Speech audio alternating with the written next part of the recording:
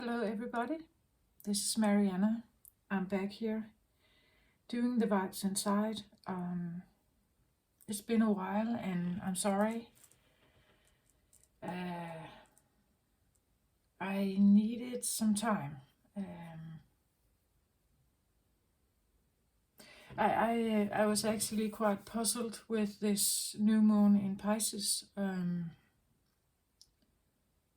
The Pisces energy for me is not always clear. What it is that it wants, you could say. And I don't know if you saw my last new moon reading, but I mentioned something about the themes that I have been going through coming up during this time, the last fortnight or so. So I had, first of all, I had a big theme about devotion coming up. What devotion is, what does it mean? What are the virtues of devotion? Why do we even want to devote ourselves to something? Or do we even want to do that? But also the fact that devotion cannot be like split in half. It's like I cannot be just half devoted, right? Either I am or I'm not. If I'm not devoted, I may be something else. I like something, right? But devoted is a different thing. So I kind of, in my nerdy way, I kind of dug myself down in a discovery of what that means. What does it mean? What kind of feelings come along with being devoted to something? What kind of thoughts?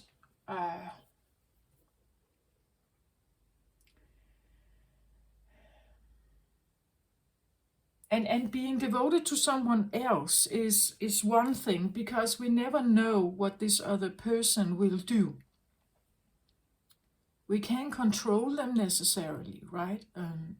We could be devoted to a partner, to a husband, to a wife, to our children, or to the idea of our family life. I'm devoted to my family, right?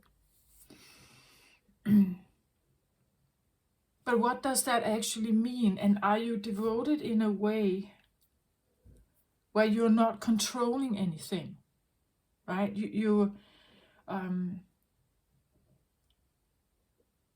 When you discipline a child, are you disciplining or guiding? There's a difference between this. And also a recognition, if you're disciplining someone, so projecting your own stuff upon someone else, you're frustrated because someone does something.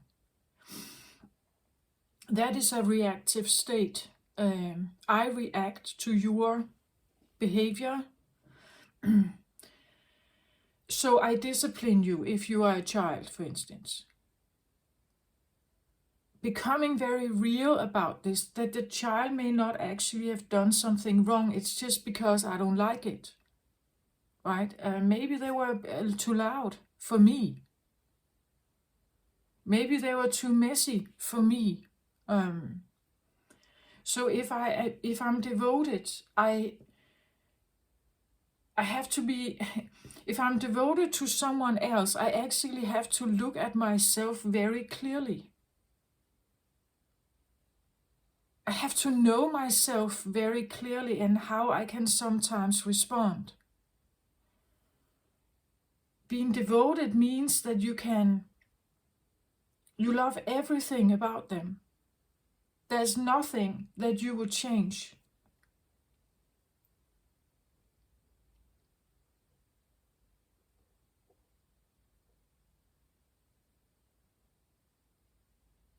Devotion is what I believe a true virtue, like something it's almost beyond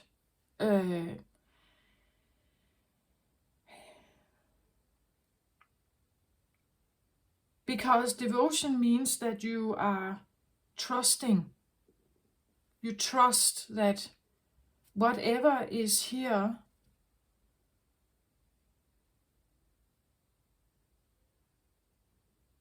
is right for me, or is something that I want to, right? I want to be invested in this.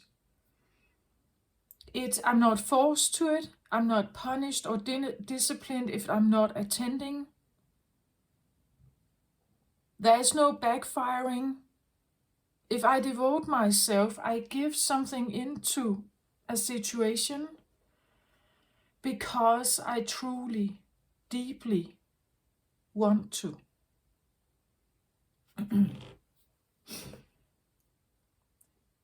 For the scapegoat, this is very present, I believe, all the time. You give something into something. You are programmed, designed to do that. But it doesn't mean that it's helpful for yourself. I recognize that as a child, I became the one that was needed.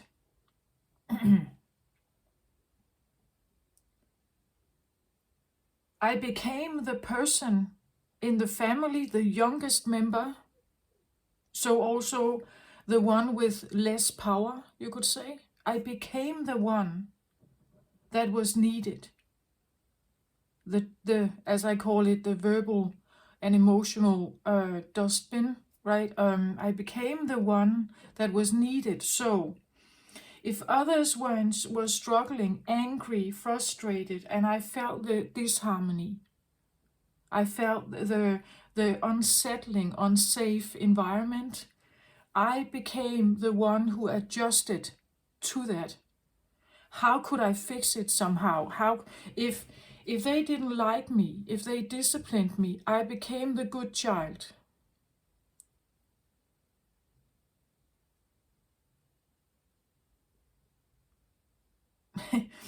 You could say scapegoats are mastering something. They're mastering to scan in the environment. I was constantly scanning the environment and adjusting to it to accomplish more peace, right? For them, but certainly also for myself.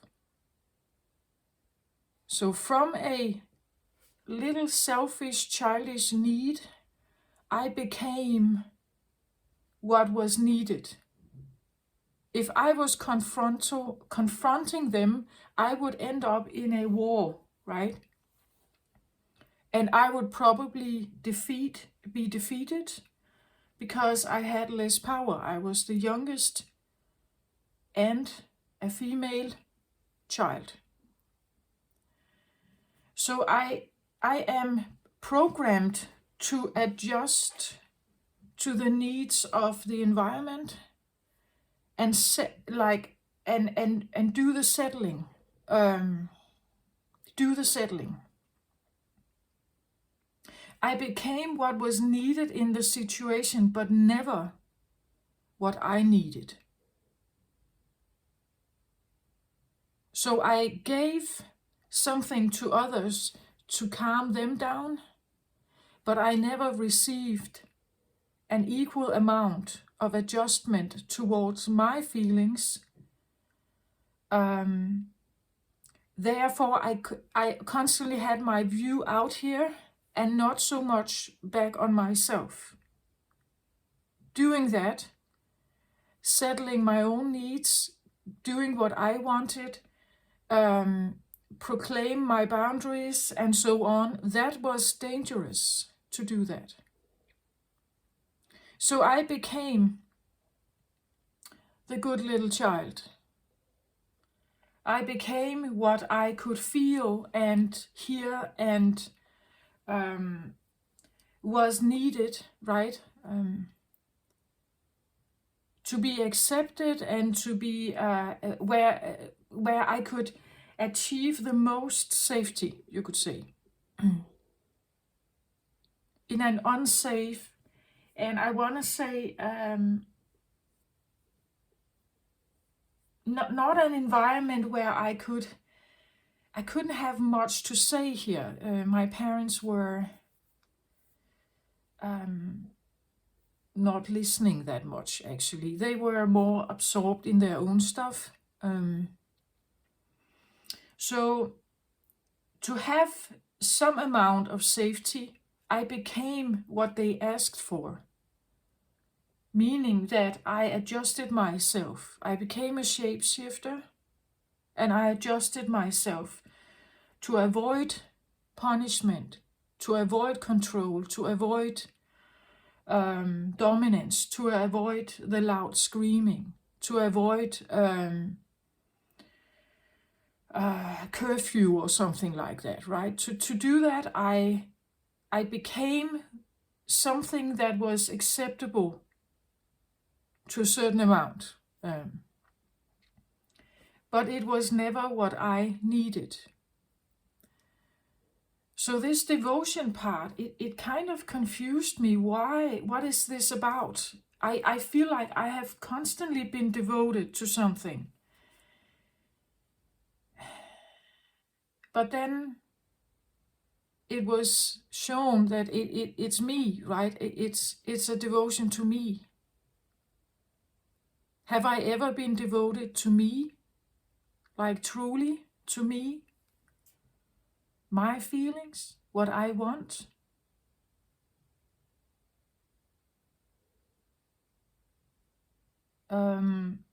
For the longest time, for at least during all this time since my vertigo attack 6 years ago, I've been struggling with the idea of what my passion is.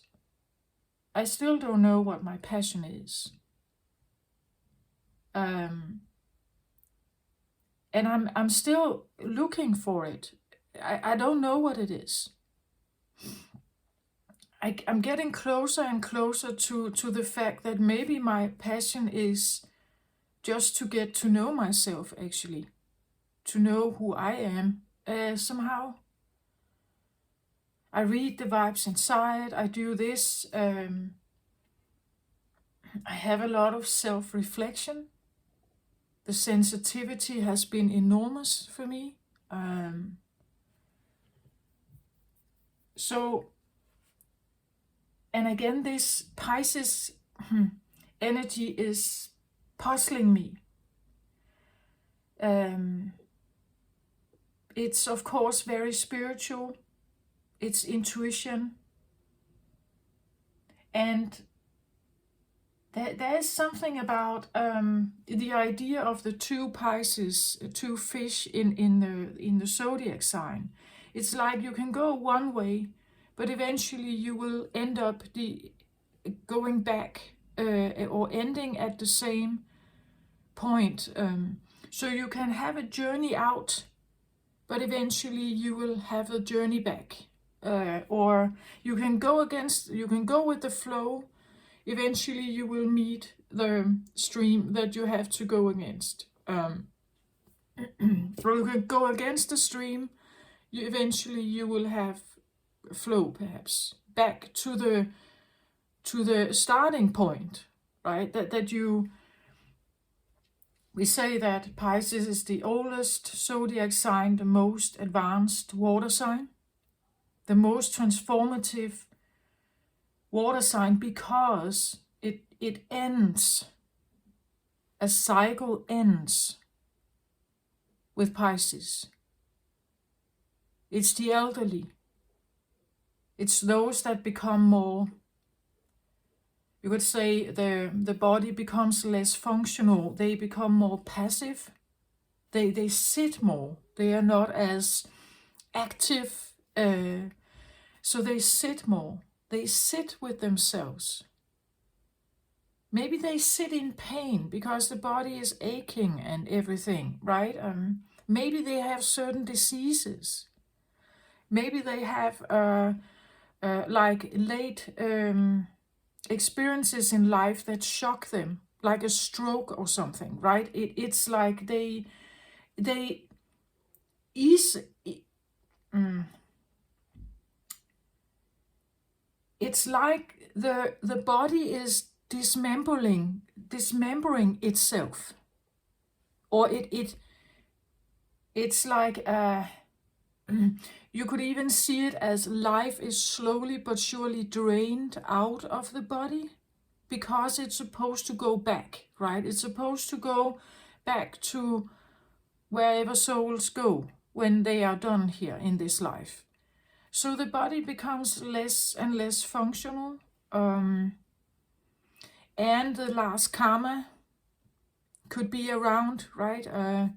So things you haven't maybe done in this life, you get to witness that at the end, because you can't push it away anymore. Now you can't control it anymore. It's out of your hands now. The elderly become dependent on others if they can't take care of themselves, meaning they need someone to help them to get washed, to have a bath, to get just taking clothes on, combing their hair. They need people to come to them because they are not as able to do that. They need people to come to them. They rely on a certain amount of help, maybe. But you have to get to the point to allow, to accept that it must come in, right? For people who have been very like active and self-sufficient and having their own business and everything like out there, always strong, always fiery, always active, always sporty, and so on. They may have a struggling time accepting that now they are put in a chair. I had a hard time accepting being put in a chair. I had no balance. The vertigo lasted for a long time, over a year. So I was unable to work. I was unable to do many things. I had to sit down on the floor when I was taking a bath and so on. There were a lot of things where I was not, and I wasn't calling for any help. Maybe I'm still not very good at that. That's also a scapegoat thing, right? That we tend to become very self-sufficient because we can't really rely on anything out here.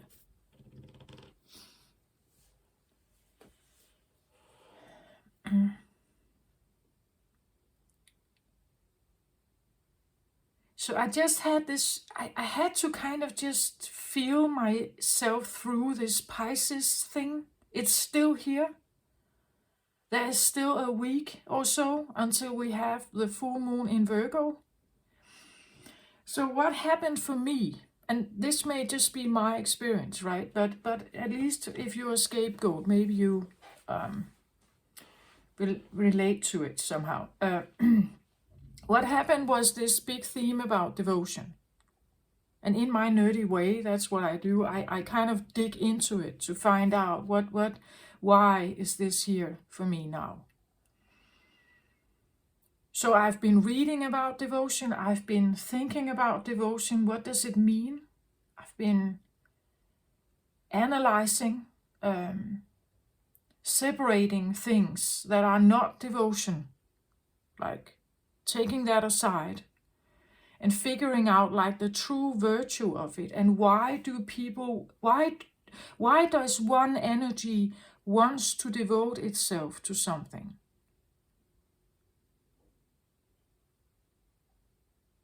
What does it mean? What must this thing over here have then?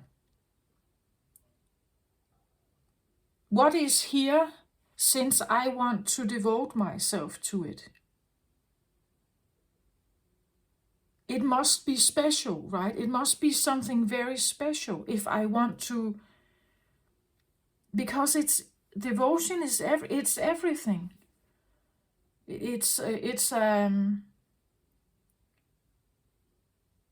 I believe that most people actually do have a sense of self-devotion, like they or you could call it boundaries, you can call it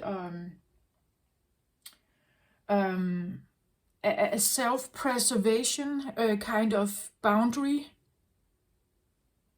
that you can hurt me, but only until this, right, place. Then I'm pushing you away. But for a scapegoat, you can hurt me until here, right? Then I may need to push you away, because now you are actually threatening my entire survival. So you see, there's a span here where there is no self-devotion for a scapegoat, at least in my experience, what I analyzed myself. So if I'm devoted to myself, it has to be special, meaning that I have to be special. I am worthy of being protected. I'm worthy of existing. I'm worthy of being here. I'm worthy of having some space around me, and respect maybe, or acceptance around me. But for a scapegoat, this area does not necessarily exist. And I believe I was guided to build more of this for myself now. I hope you get my point, what I mean by this. But also, if you think a little bit deeper, how it is to live like that, where you don't have this. You don't have this area. You could call it a gray zone, or you can call it a white zone, whatever you want, right?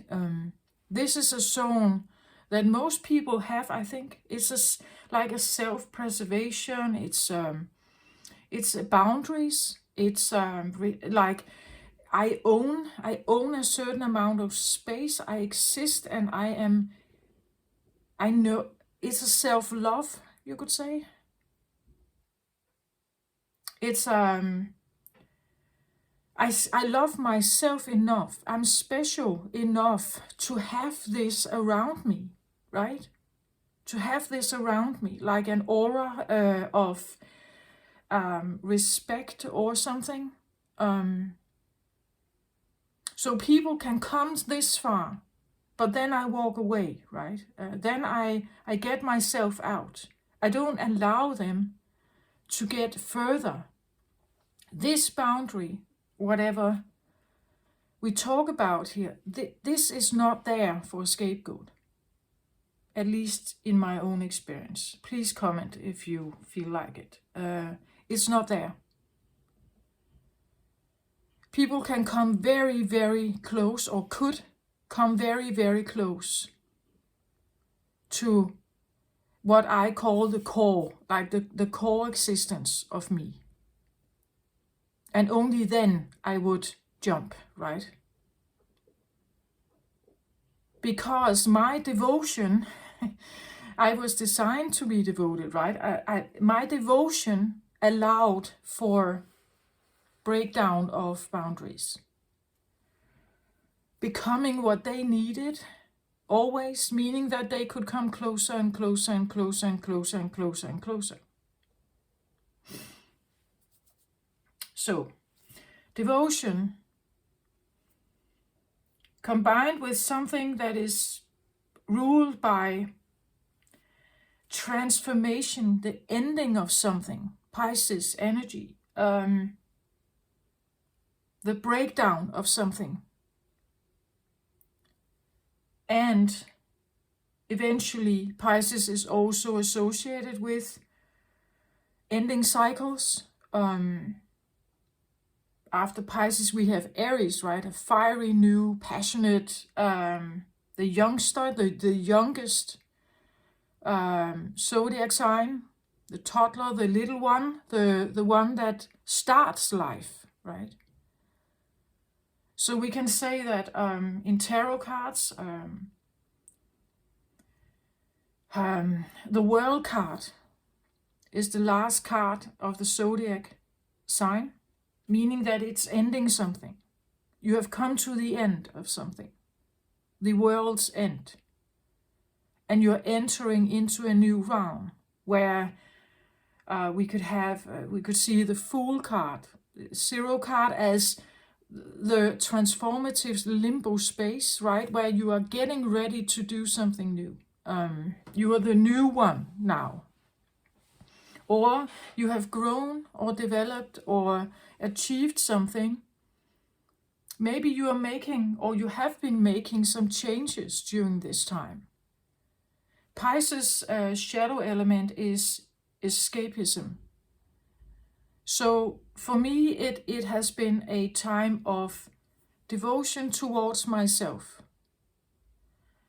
Recognizing that, and what does that mean then?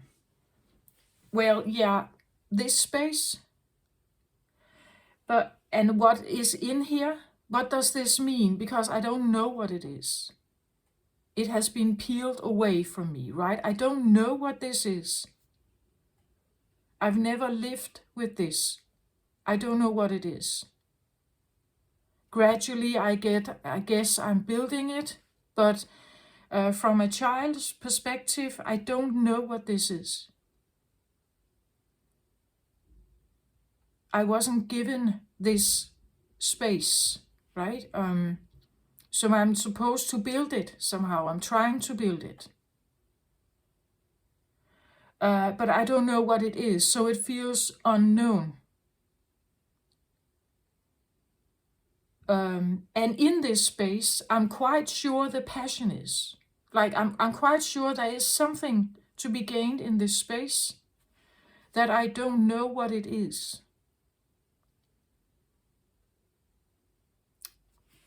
So, I'm devoting myself to myself. Okay, great. Whatever that means. Or I'm devoting myself to this space. For me, it has been a devotion to healing my body, because it's still not or has not been functioning well. I got diagnosed with different things, and it has been a struggle, and I kind of just well, I don't want to be hard. I don't think anyone should be hard on themselves, but sometimes maybe we need to accept that we have been using some kind of lesser nice ways of living. I have been, I don't think overusing sugar or overusing coffee, but definitely not always eating well. I'm quite sensitive, so I'm not a smoker. I don't drink. I can't do that. Right? It's like then that's a total no-go. But sugar is probably a thing I should give up. I have insulin things going on that is affected by this. And my mother was had diabetes, so I know that I have to be careful. I haven't been careful. And again, Pisces escapism, right?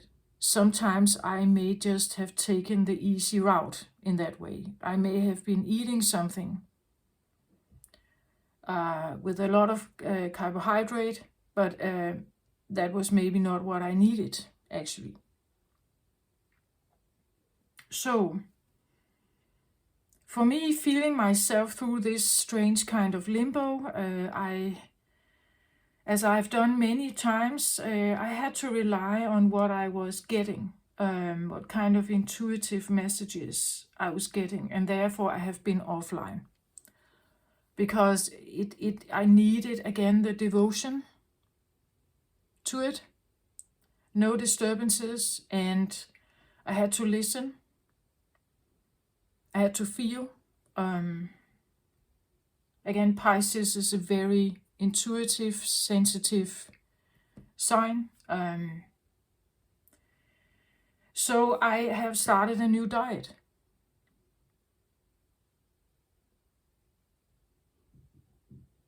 It is what people may refer to as LCHF, low carb, high fat.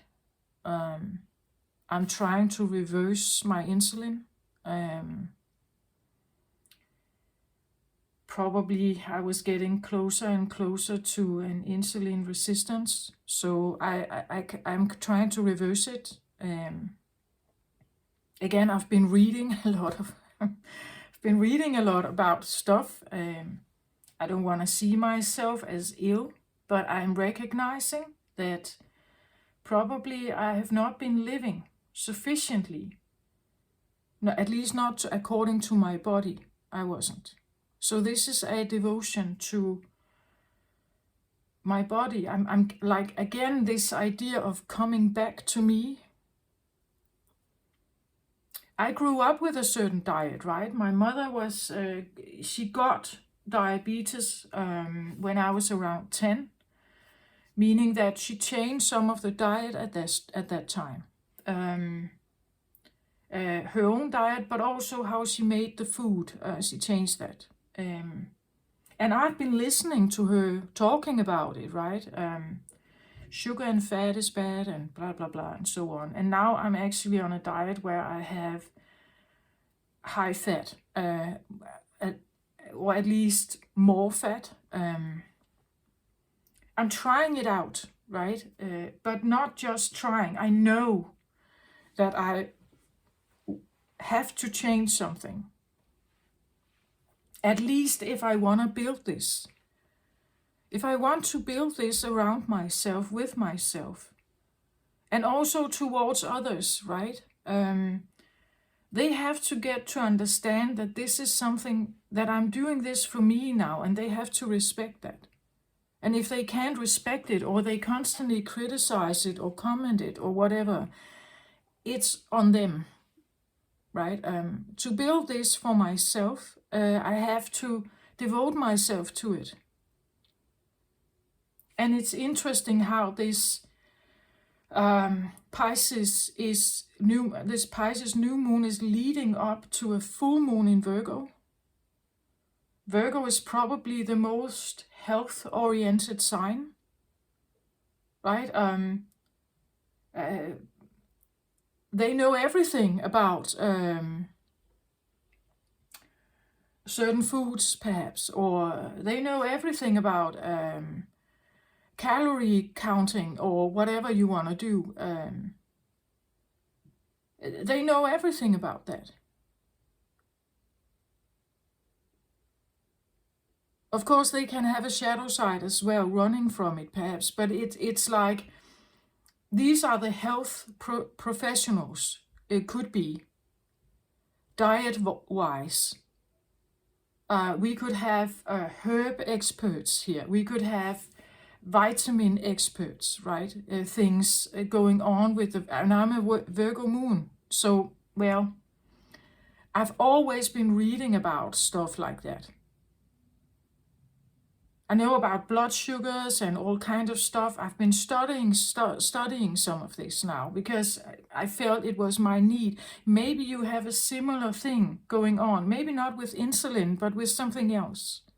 Maybe it's your heart. Maybe it's something else.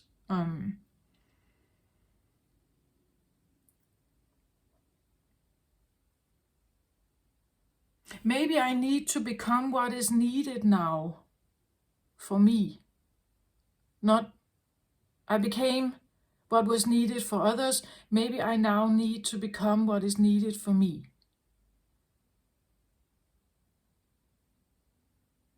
And to devote myself to me actually is a little more safe, because I don't have to argue with anyone. Only myself, right? It's my own ego. I've always hated dieting because I felt like I was missing out on something. Then I couldn't have that cake, or I couldn't have that glass of wine. I couldn't have that beautiful buffet food, right? I'm a Cancer Sun. I love food. Food is the feeling of home. It's a basic thing. But the point is that I've always felt that I missed out on something. And then I felt like I was punishing myself, or I was a bit of a victim, that I was now not allowed to eat this thing. Sometimes even it means that you can't be part of something. That if you can't eat bread, you will be the strange one at the lunch table, maybe, right? And everyone is looking at you, nagging at you, right? Something like that.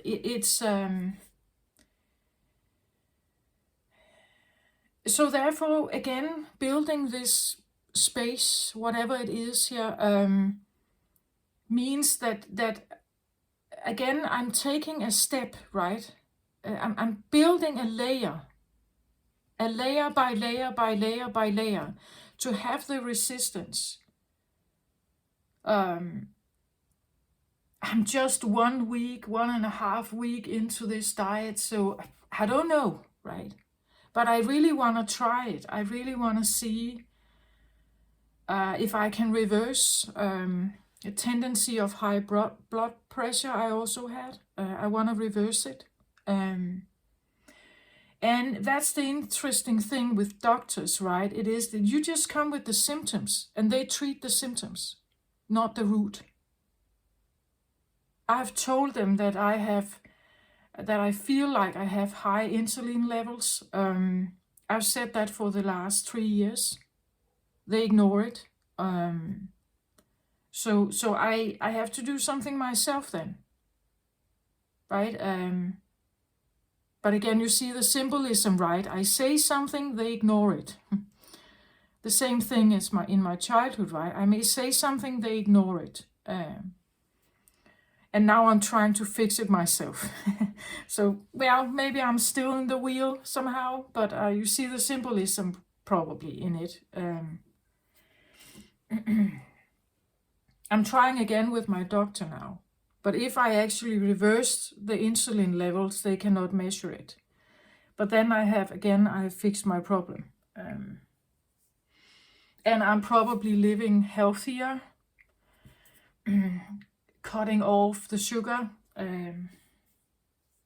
Definitely different. Anyway, I'm just wanting to share a little bit with you. But the upcoming full moon in Virgo is also here we have a full moon now, an ending of something. An ending of something that it could have been a dieting thing for me.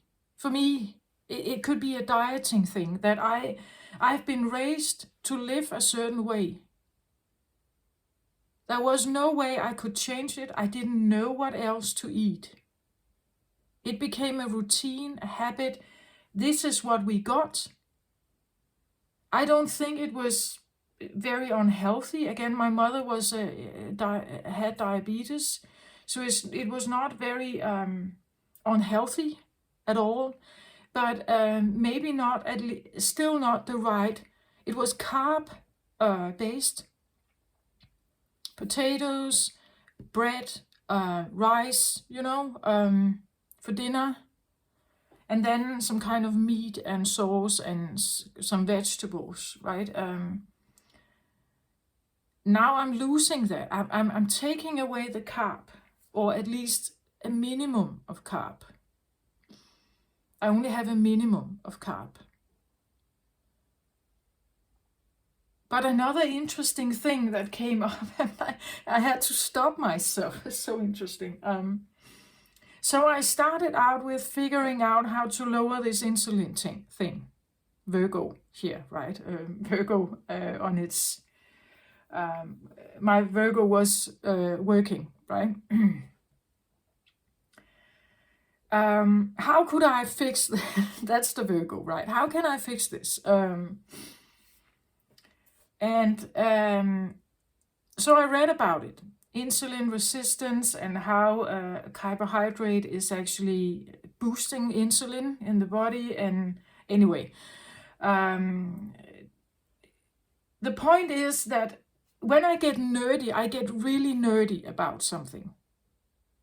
Virgo was also a big analytical element, right? So I was analyzing my way through something. Okay. But that's just typically me, right? I became like a scientist. That's me. I become like a scientist, and I dig into it, right? So I was reading about all this stuff, ketosis, and what does that mean for the body, and blah blah blah blah, and so on. So what do? Well, I start the diet. Great. I wanted to start out with low carb, high fat. What I actually did was I started low carb, high fat. Then I advanced towards ketosis and intermittent fasting. So I wanted to make like a total switch of everything, right? And my body was reacting. What the fuck are you doing, right? My body was reacting. I couldn't fall asleep. It's like, what are you doing? You are changing everything I know and doing something else, and you're taking away. I can't eat during 16 hours, and I was stressing myself out. But that's typically me, and one of my Virgo moon elements is that I go overboard. I become rigid. So when I get myself absorbed in something, I can become rigid. Right? Sleeping, not sleeping is a no-go for me, so I had to change something. I had to add more carb. I had to stop the intermittent fasting. I had to reduce again, right? So instead of just giving up on it, I'm reducing it, balancing it again. I've talked a lot about balance. I believe maybe that's part of my own journey. Maybe it's part of what the earth is going through. I believe it is, between yin and yang. This overstepping of boundaries could be a fact for me that I have to balance, right? I have to find the middle, but maybe, at least if you listen to me, you may probably also need to find the balance. Whether you are on this side or on this side, I don't know. Are you the intruding part, or are you the one who gets intruded on? Or that feeling that you have little space to exist, and someone else or something else has a lot of space here. In my case, I believe it was my ego, right? My ego was quite big. My brain was deciding what I was buying in the supermarket based on habits and egotistical superficial needs. I want that candy bar, or I want that soda or club soda. I want wine, or I want that kind of food, right? I wasn't really thinking much, maybe. Just from time to time, I was thinking about it. But during the last 6 years, I have been so sensitive that everything I eat, everything I touch, like cream, like I can only use perfume-free, all kinds of, yeah. I wash my clothes in perfume-free washing powder. I get allergies. Everything is dried. My skin is dried out. My body is reacting to, you could say, radiation, all kinds of stuff. Additives in food, meaning that I have to prepare food more and more myself. So you see, my body has been reacting a lot. Definitely saying, you're too close now. You're too close. I can almost not exist. And I've been pushing away things, step by step by step, pushing away things, right? To get some of the space back here. Meaning I had to change, again, as I said, first I pushed away certain people. I had to push away fears. I had to push away certain foods. I had to push away a certain living environment. I had to push away, like these layers.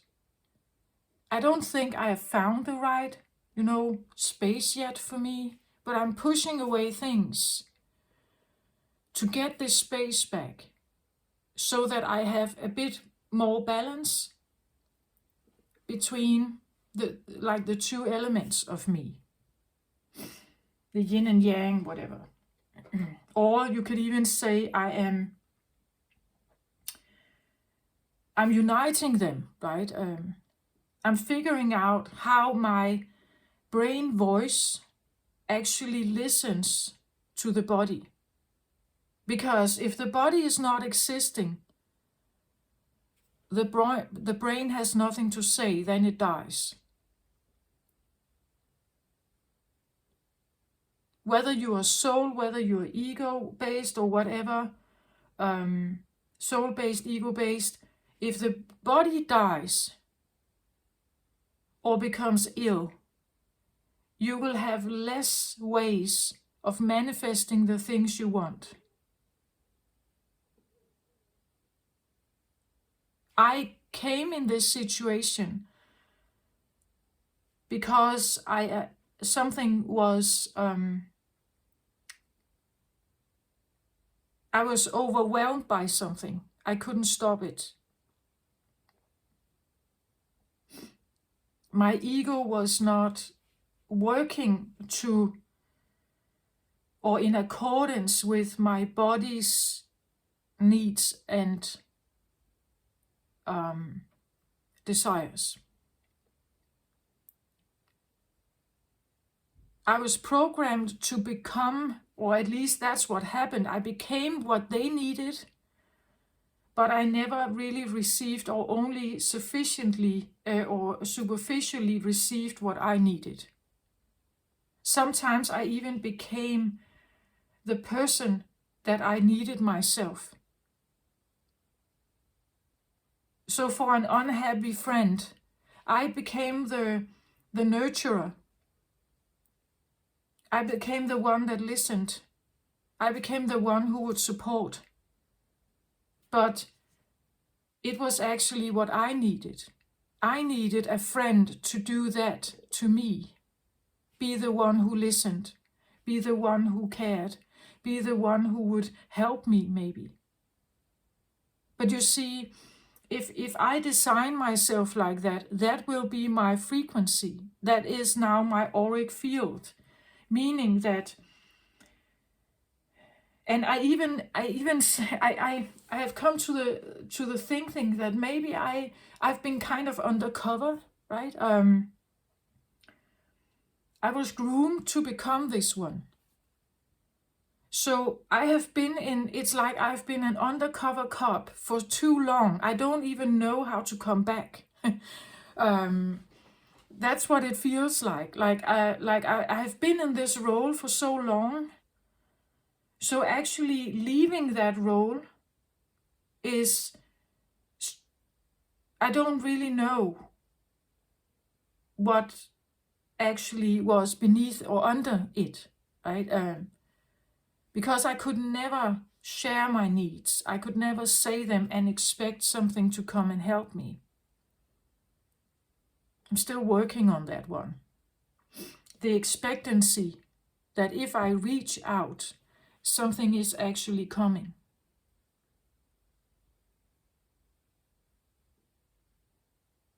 Definitely a neglect thing, right? But the point is that I became what others needed, and they liked that, of course. So this is now how my friends have identified me. They expect that from me. My family expects this of me. And I have to be very careful not to slip into that role, because it is so familiar to slip into that role and become the one that everyone needs to fix something or help or settle or soothe something, where I actually need them to calm down. And the only way I can do that is to become the one that they need to calm down. Then they calm down and they carry on with their stuff, and I sit here like I have been taking on too much here, and I never received the same thing back.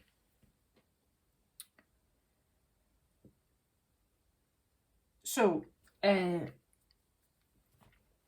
is a dilemma, because you see, if you have that frequency and you're not aware of it, you're operating from it subconsciously. Everything you will ever receive is someone coming in with all their troubles, and you're the one soothing them. Meaning that eventually you are dried out. Eventually there's nothing left here. And I think that's what happened to me. I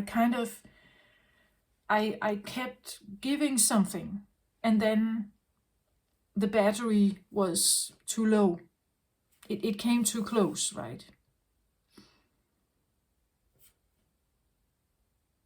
So now I'm doing what I'm best at, soothing becoming the one that is needed in the situation. But not towards others right now, I'm towards myself. But it requires me listening, feeling, tuning in, trusting that whatever comes here is actually real. It's not up for debate, actually. My body doesn't want to debate anything. It's saying, I have these needs, do something about it. And then I have to do something about it. Trust it, meaning again, meeting the needs, meeting my own needs, meeting my own emotional, physical, mental needs. This is a strange process. It has been for a long time. In the beginning, very unfamiliar. This idea of saying no, pushing friends away, creating distance to something, changing living environment, changing work environment maybe, changing hobbies, eating differently, all these are all steps towards like harmonizing inside. I'm trying to fix me, you could say. The more I fix me or become aligned again, the more I hope I will somehow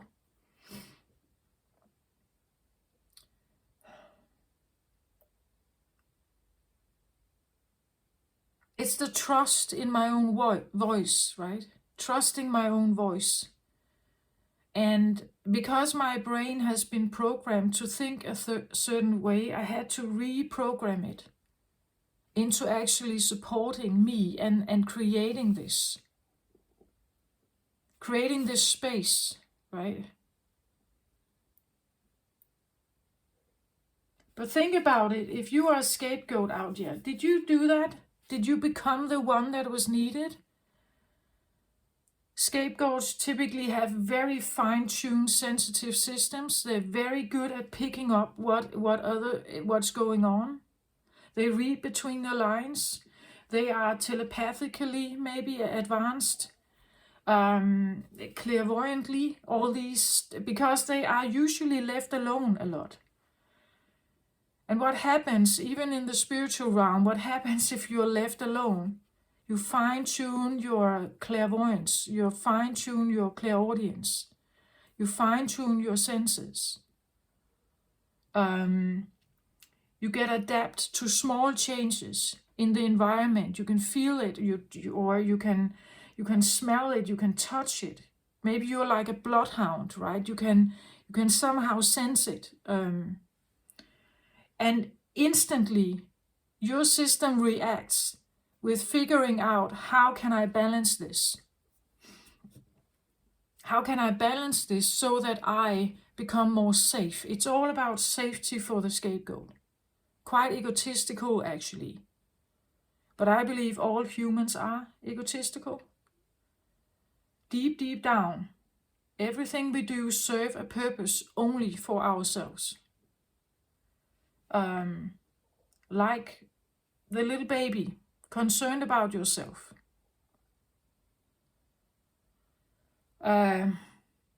Everything we do, as I said with the disciplining of a child, why are you doing it? Not for the child, right? You're doing it for yourself. You want them to act in a certain way. Then you can color it up with certain explanations. Yeah, but they have to learn how to do this. They have to become self-sufficient. They have to become adaptable in the world. Yeah. Why? Because, but that's what I hope for them. I hope them to have a happy, self-sufficient, good, effective, active life. Yeah, that's your wishes that you project upon them. And not to say that I understand. I have a son myself. Of course, I want him to be adaptable to the world. I want him to get on well. Of course, I do that. But I had to at least stop myself projecting stuff upon him at some point. Because some of the things he did were actually not wrong. It was just a little child playing. I was worried about something. He could get hurt. He could mess something up. He could break something. Yeah, but that's mine. But it's me. That's my thing. Of course, if he breaks something, if he climbs too high in the tree, he could fall down. Yeah, he can. But does that mean that I should stop him from climbing? Not necessarily. I could guide him. I could tell him that some branches can't carry your weight and you will fall down. So be careful, right? Feel into it. Does it feel safe or what? Right? It's that kind of thing.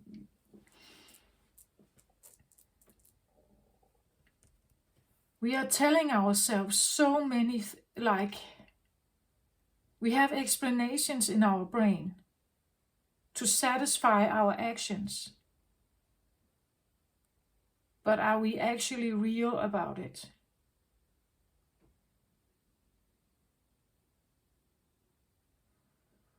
And I'm just fed up. I really hate that.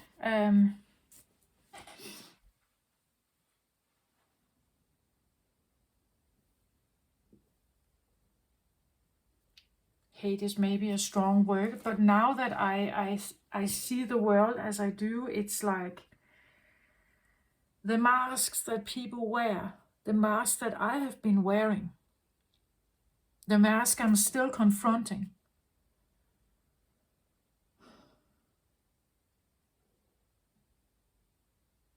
Every time I become reactive towards the world, why do I become reactive towards it?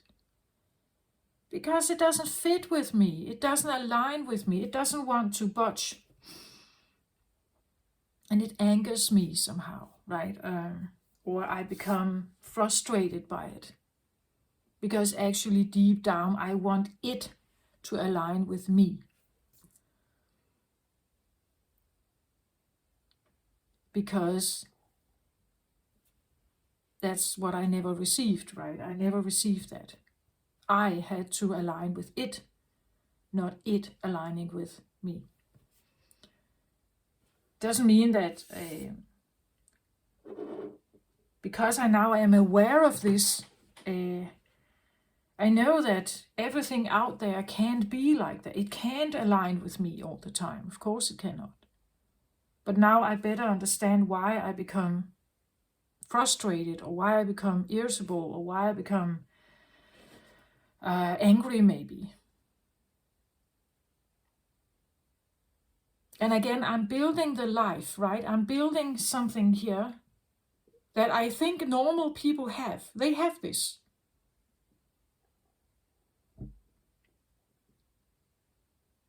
And they would view me as sensitive and oversensitive and reactive and something. And yeah, totally right, because this doesn't exist for me.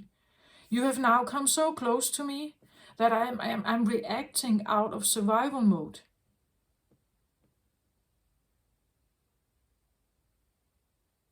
Right? I can't breathe here. Now I can't breathe here.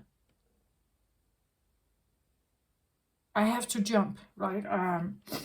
That's or I have to react, burst out with something, whatever. So maybe if you're a scapegoat, just think about this, like this space here. That there is a reason why other people may not see you like how you see the world. It's because they have this. They have this. They just shake their head and look at you like, what's going on with her or him? Right? It's because there's this space here. They have this, you don't.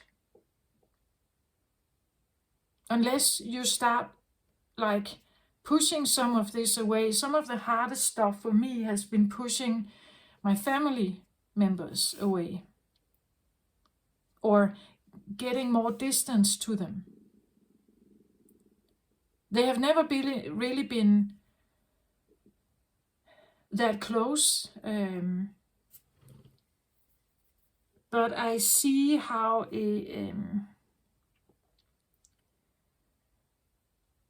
every time I have a phone call or a conversation with them, I see how I bend, right? I can now actually see how I may bend sometimes.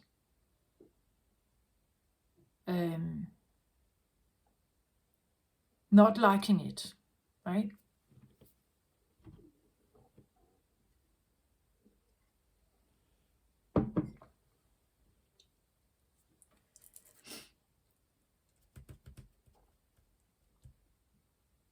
I wasn't quite sure if I wanted to do any tarot today.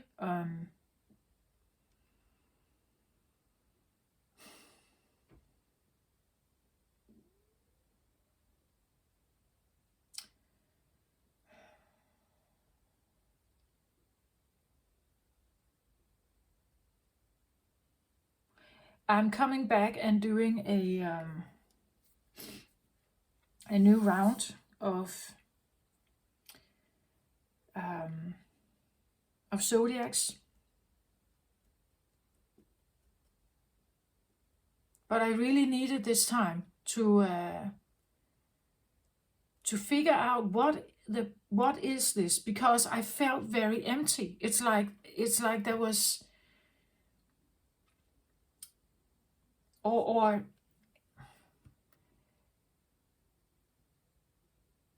I actually think maybe I've been going through a kind of an ego death. Like I released something and then I felt a kind of empty void.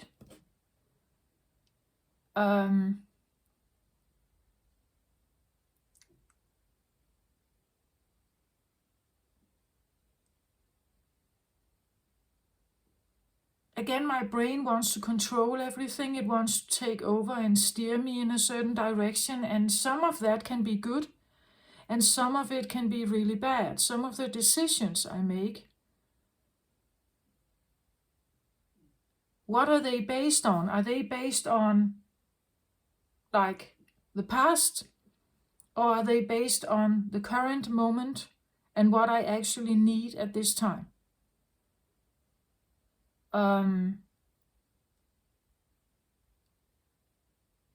Did I fall into a pit? Yeah, I did. Did I get frightened by some of the health thing? Yeah, I did.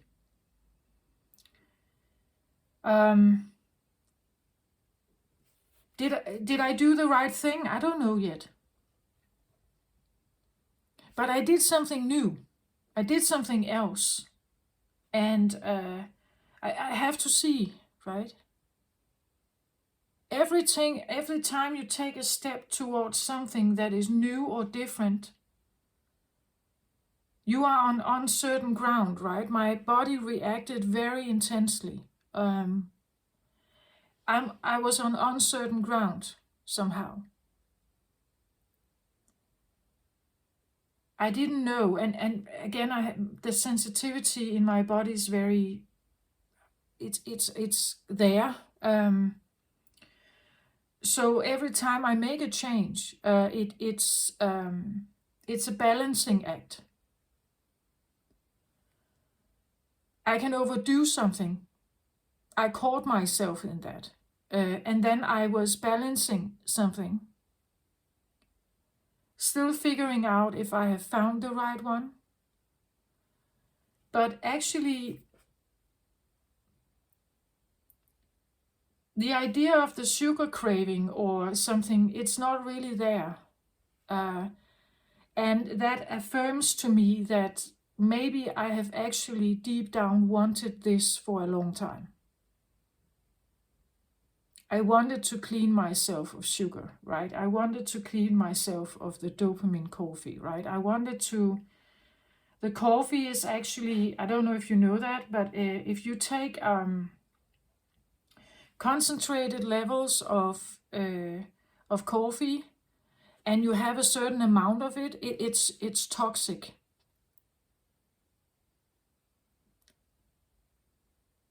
So if you are a big coffee drinker, yes, it spikes the dopamine, makes us feel happy, satisfied in the body. But the coffee also contains something else.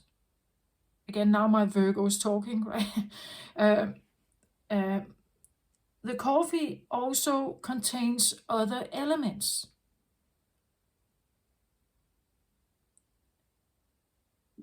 Of course, the addiction to coffee, right? Any dopamine spiking kind of thing can be something you can get addicted to. Any drug is based on dopamine spiking effect in the body. Smoking as well, cigarette smoking and coffee drinking, sugar even. Sugar is supposed to be as addictive as heroin, especially if you have a carb-oriented diet. Your body is constantly asking for it. Carb is quick, right? You eat it, you drink it, it goes into the system, it gives you a feeling of pleasure or satisfaction right now, but it easily flows out again. And then your body's asking for more. The point of the fat, the idea of me changing my diet that's what it is. It's like if I have a carb based diet, as I said, it's easily used and it requires more. The fat-oriented diet means that the body has realized there are no carbs. What else can I use for energy? You can use the fat for energy. Usually, the body will take the easiest form, which are the carbs. Always take this first. The fat-orientated food it doesn't spike as much insulin. The fat it takes a longer time before it's actually used up.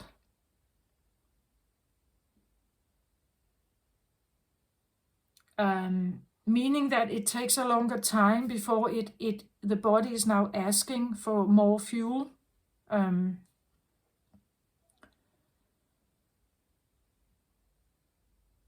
it has an effect on the blood sugar. If the blood sugar becomes very low, and it can from the white sugar, when you get it, it spikes and you are quite satisfied and happy, and then it drops very quickly. When it drops very quickly, this is where we become, we are sugar craving something again, so that it will come up again. Like low blood pressure, low blood sugar feels very awful actually. It feels like you could have shaking hands. You could like you feel the craving that you need to eat something.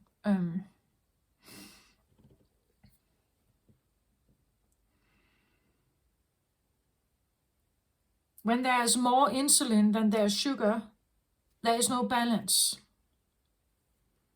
Again, this balancing thing. There's a lot for me about this balancing thing. I've had it in my readings. I believe the fifth dimension is all about that. It's all about that the feminine becomes more, you could say the feminine has been restricted to this, and the masculine has this.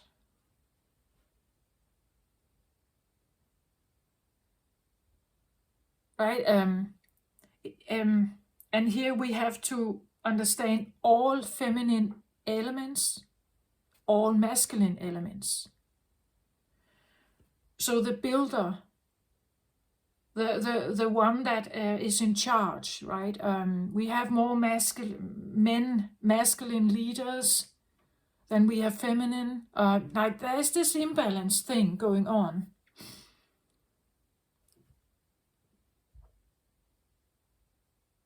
What is the feminine and a symbol of?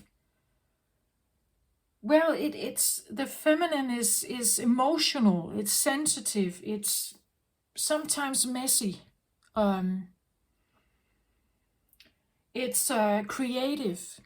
It flows where it wants to flow.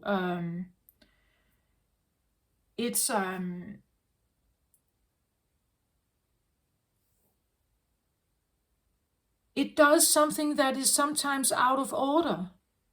Everything creative is out of order. Order is the masculine part. The feminine is doing something out of order.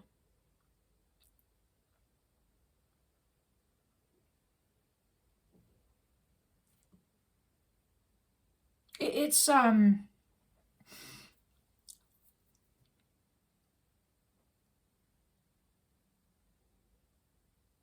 we have all the elements also of nurturing, caring, all that's feminine as well. Feminine is passive, masculine active, passive. It's a more thinking energy. When we sleep, we are in yin mode, right? Every time we sit and reflect or we go into meditation, we are in yin mode. We allow for the yin to be present, right? And what happens there? Our dreams are sometimes a tumultuous thing, right? Everything can happen in there. It's like a cartoon movie, right? If you remember your dreams, it can be everything, tumultuous and whatever. And there may not seem to be any logic in it.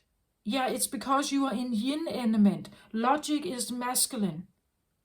Plan, logic, structure is masculine. This is what you do when you wake up. Right? Now you make a plan. I have to take a bath, I have to get to work, I have to get the kids to school, or I have to blah, blah, blah, whatever. Then you become yin, and in the yin you have all this whatever going on. When you meditate, you have these thoughts coming, right? Maybe some of them are logical, planning, structuring, things you have forgotten, and all that. It comes back to you, right? But there can also be these elements of intuition that comes through. Allowing for that to be present in your life as well. We need more yin in our lives. Some are even cutting down on sleep, right? To be able to work more. Cutting, like allowing for the masculine to take up like this or even this, right? And for scapegoats, I believe that it's even more. Like it can come to a point where you have only this, right? This is now your space here.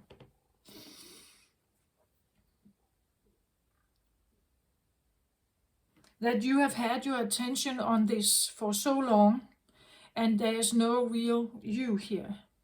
The you has become very depleted. And to get it back, to seek the balance, you have to like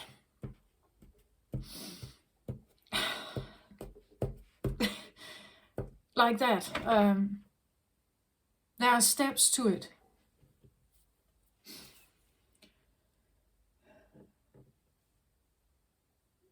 I just felt like I wanted to share, I think.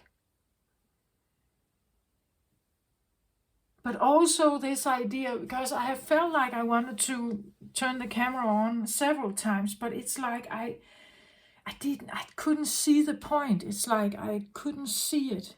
And when I get myself into this diet thing, I also realize that now it will be more difficult for me to just have an ice cream.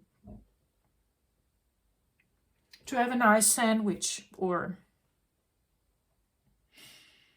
to eat the rice, potatoes, pasta, whatever. But if I'm actually hurting my body, who am I kidding then?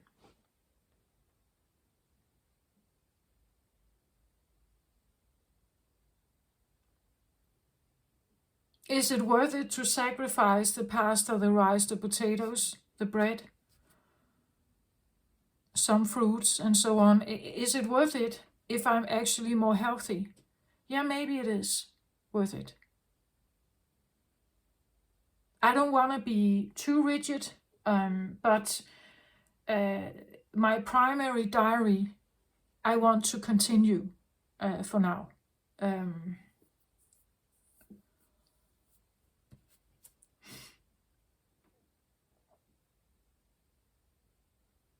I want to see if my body is responding to it in a different way. And maybe you have had something similar going on, something that you felt like should be different in your life. Like it's time, right? It's time to finally. I've been thinking about changing my diet for a long time.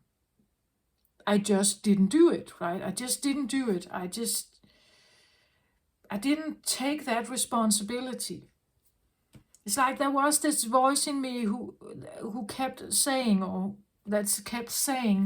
yeah, but then you can't do this, and then you can't do that, and yeah, feeling a little bit victimized or whatever.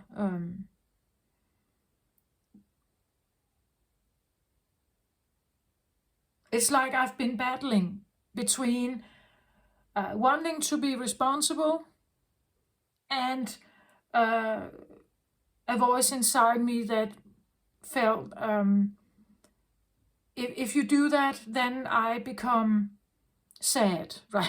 That part of me became sad because I couldn't have that ice cream, or I couldn't just eat whatever I wanted.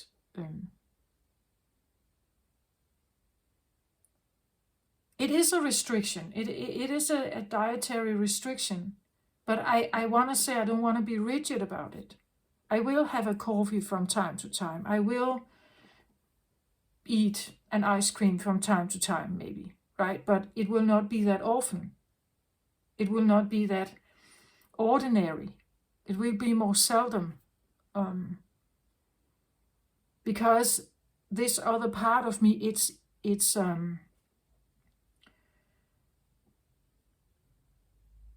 more important at this time.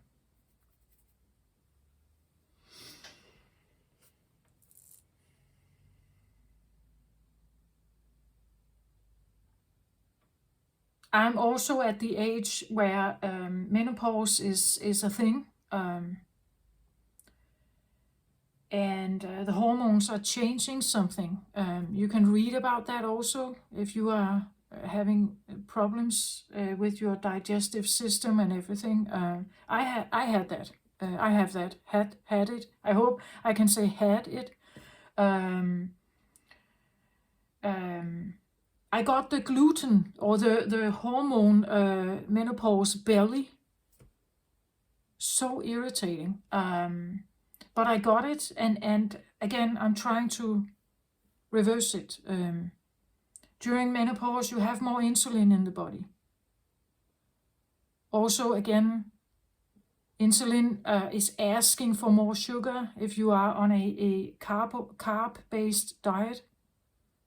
So I found myself eating more sugar, drinking more club sodas, right? Doing that. But now I've changed the diet. I hope I can reverse it somehow.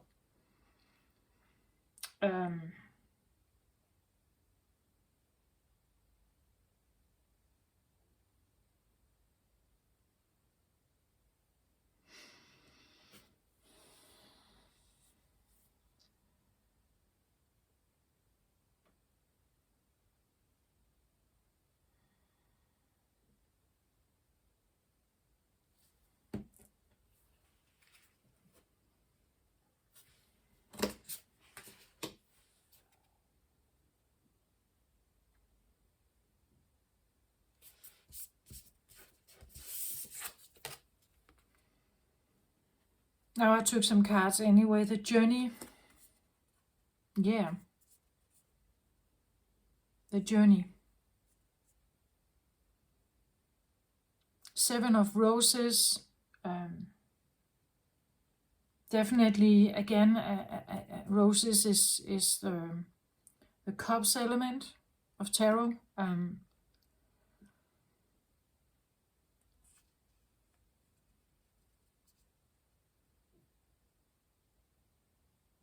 Seven can be a tricky energy.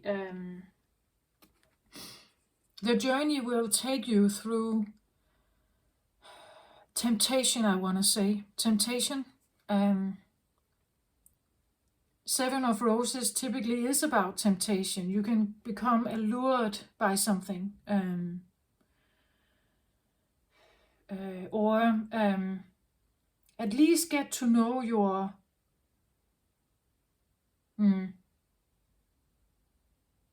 get to know yourself about what this is.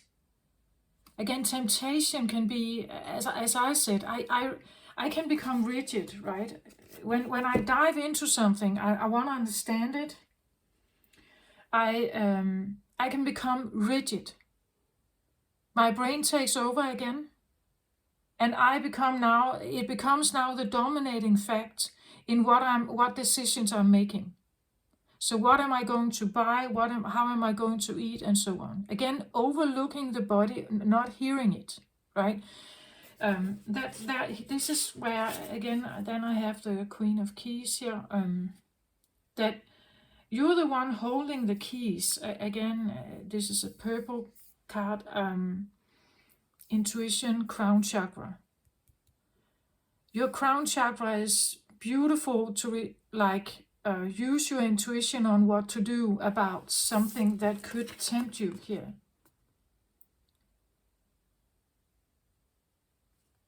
Again, temptation. Again, sugar could be a temptation for me, right? Whatever this is. It can be anything. Gambling. Again, anything that can maybe spike your dopamine. In my case, it has been a lot about what I was eating, but maybe this is different for you. Pisces, again, this escapism thing that you can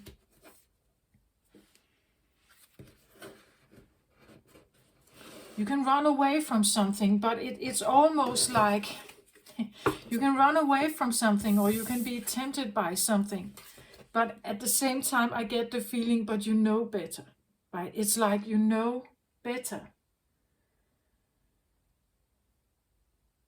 or at least something like when you stand in front of something that could tempt you, you're the one holding the keys. Are you doing this, or are you not doing it? You're on a journey here through life. You will be experiencing ups and downs. You will be having balance and imbalance. When you are tempted towards something, there is a reason behind temptation. Figure out the reason behind your temptation. In my case, first of all, I grew up with a carb-based diet. So that was my normal. I had to change the way I was thinking. Trust this key. Trust the new key. And one other thing was that I've always been kind of a sugar craving thing. I like or have been liking sweet things, always. Because it's comfort food, right? It comforts me somehow. So there is a voice inside me that kind of wanted this. That is why it tempts me. That's why it tempts me. Sugar has a way of giving us a feeling of a little high. So maybe sometimes when you feel sad, we see every time in movies people feel sad, they eat something, right? Or some eat. They drink or they eat, right? Either they go drinking or they sit and eat. They eat ice cream or whatever. Chocolate cake or chocolates or something, right? Something sweet something. It's because we want to feel better again, and the sugar gives us a little high of that, momentary one. But it seldom lasts. It doesn't last very long. So there could be a journey of temptation, a journey of, maybe I'm embarking on a journey of temptation, or a journey of,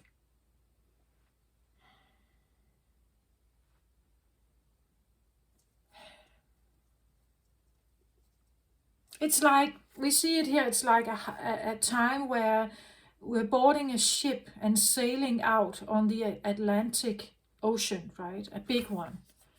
We are still in the Pisces season, right? There's probably more to be discovered. Try to be open to your intuitive thoughts. Give yourself time to, well, yeah, almost like lay on the deck, right? Lay on the deck of the ship. Close your eyes. Embrace the sun if there is one. And just allow yourself to flow, like let the ship take you where it takes you.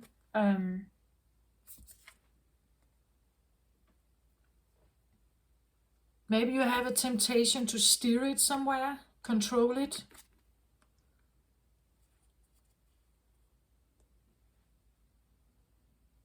But maybe allow for a bit more heart here, right? Just let it be somehow.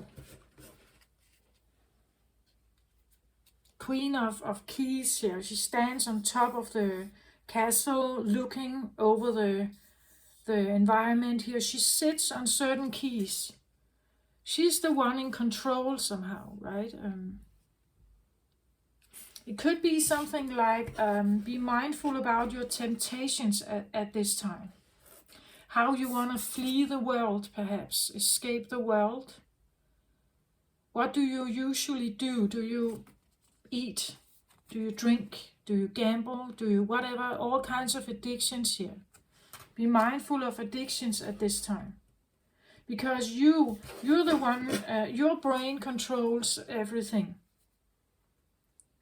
Or a lot here.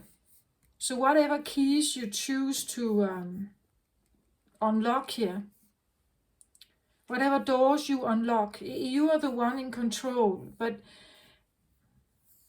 you could maybe, like the listening to the,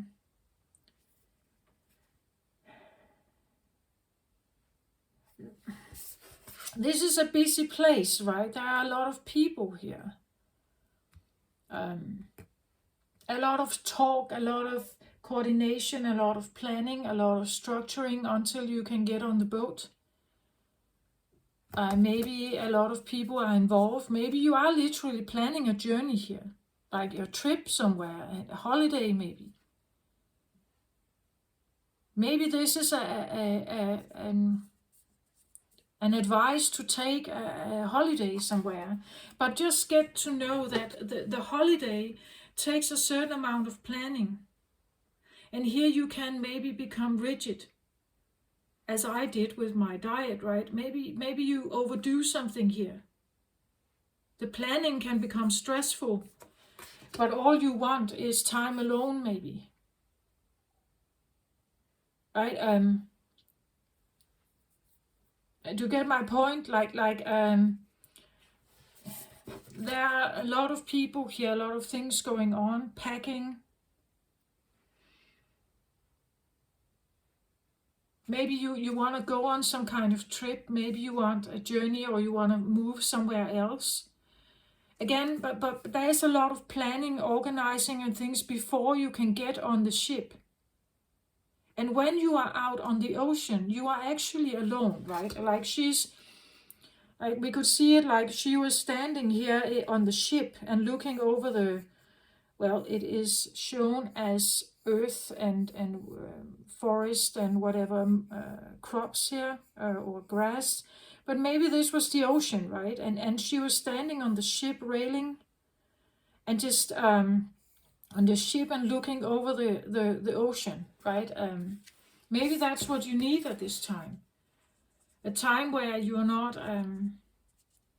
not occupied by planning and organizing and everything. The reason why we plan and organize and maybe over-organize is because we want a smooth sailing. We want something to be smooth and relaxing. But before we get to that, we are stressing ourselves out. Do you get my point? Like, we want to take into account everything here. Everyone's needs and desires, and if you're packing for your family here, you're not just thinking about you. You think about your children, your husband, your dog, whatever.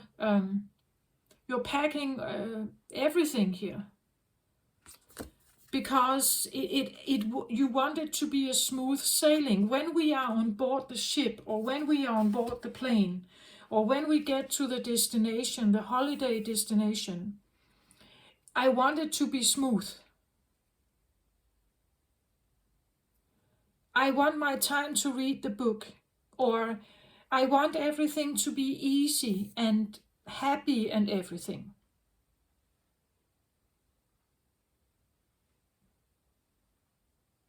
I just get the feeling, I don't think that that the life journey is like that. You can't like foresee everything. As I say with this diet that I have now started, I don't know, right? I will be tempted, of course. Of course I will, to eat differently or to do something differently. And eventually, maybe my body is actually craving something. Maybe it is craving something at some point. Maybe, I know in the beginning here, I know that there may be some sugar cravings or whatever coming up. I have to just keep myself away from that. But eventually, again, there needs to be the balance, right? I don't want to be rigid about it. Not overdoing something. You're the one, like the brain of yours is the one who makes the decisions. So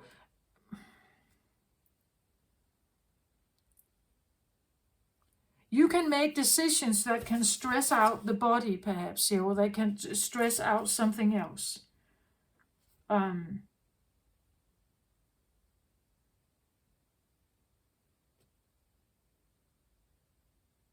The reason why I say that this is the Cups card, the water, right?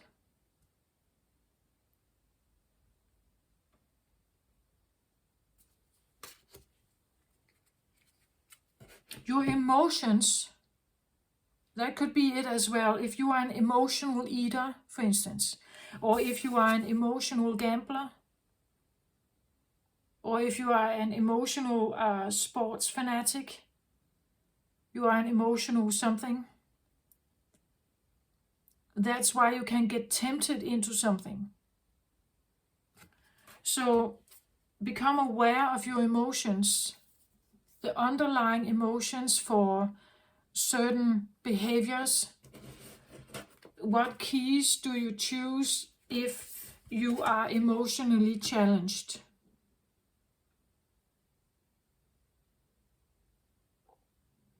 What doors are you opening? You're choosing with your brain here. What doors are you opening if you are emotionally challenged or tempted or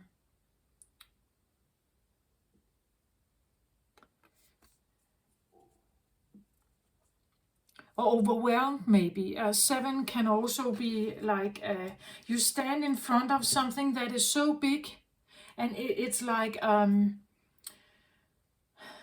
maybe you don't know how to handle it. So it may feel like it's too much, like it's overwhelming you. You can't fight it off, or and Pisces, again, Pisces can be definitely about intuition.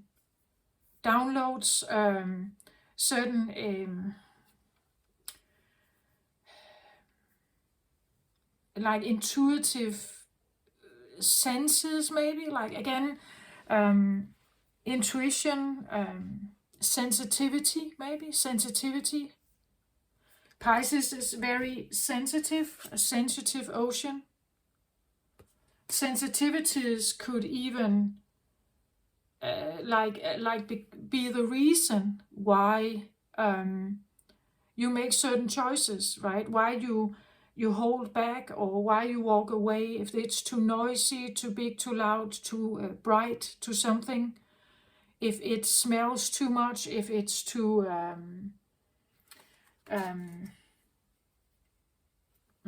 like it pressure, you have it feels like a pressure on your body or something. If you have a heightened feeling of open senses at this time, Pisces is like that. That could be one of the reasons why you get tempted to do certain things.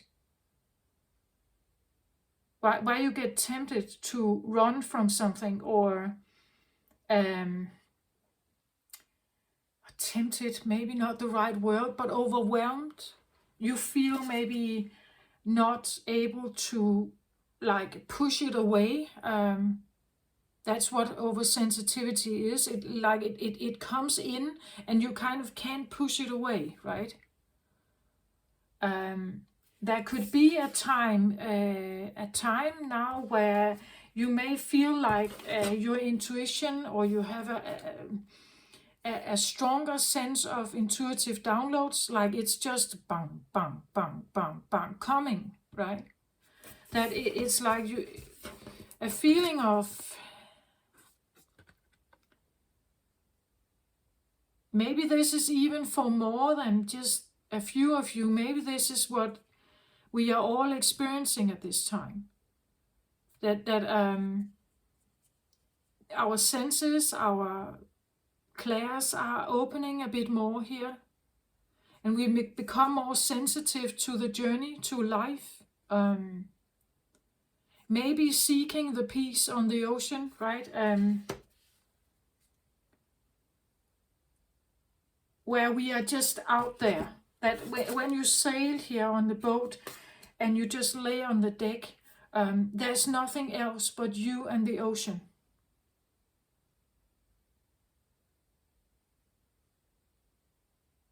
But the ocean is not just calm, right? It can be stormful also at times. So crossing the Atlantic is not just a smooth sailing. But I still believe that you have the keys here. Your decisions may help you have a more or less smooth sailing here, depending on how you react to your emotions in life. Whether you overpack, like you become, you overcompensate to have a smooth sailing. So get into, like, analyze your life to see where do you overcompensate, maybe, to have a smooth. Do you work so hard during the day to have a smooth night, or easy, smooth night? Figure out ways to have maybe a more balancing these, maybe.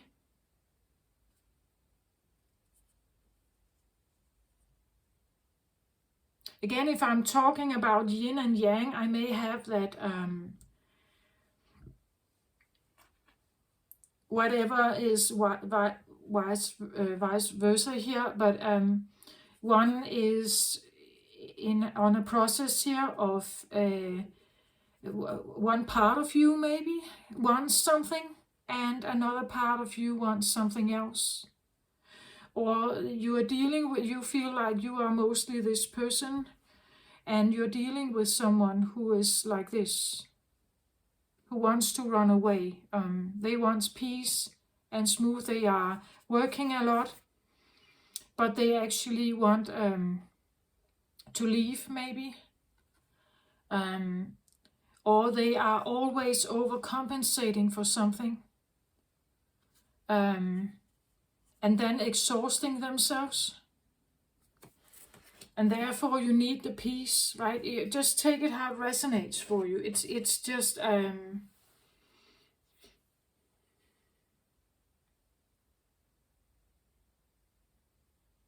maybe someone is just now embarking on a spiritual journey and you have been on one for a long time. Maybe you're the one here in this lonesome castle. You are quite in tune with what is around you and what you want and what you need. Maybe you're the queen here, right? And something else is just embarking on a journey here. And it may feel a little overwhelming. It may feel like I'm not quite sure that I can trust this, maybe. It looks like picture perfect, right? It looks quite good. The sun going down or going up here. It looks quite idyllic. But is it, right?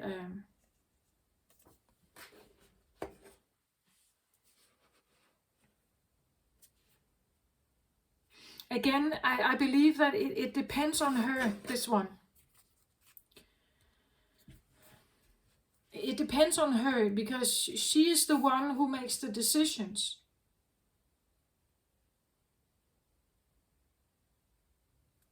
Right? Do you choose to be stressed? Do you choose to overcompensate? Do you choose to get yourself involved in other people's conflict? Do you choose to do that? Or do you choose just to do you primarily and take care of your own business or maybe just what's around you? You're the one who makes the decisions here. And it influences the journey you have.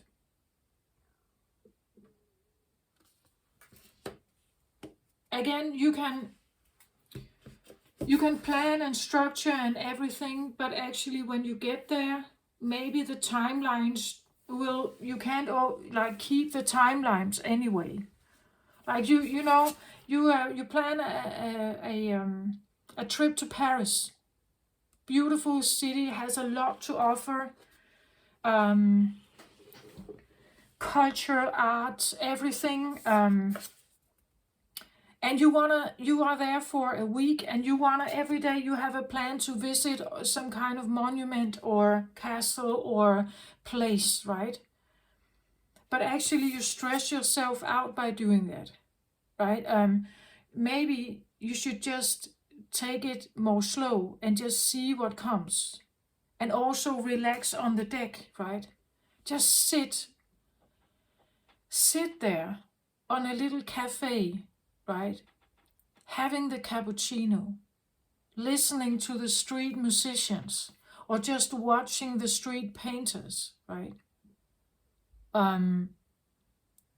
Not doing anything.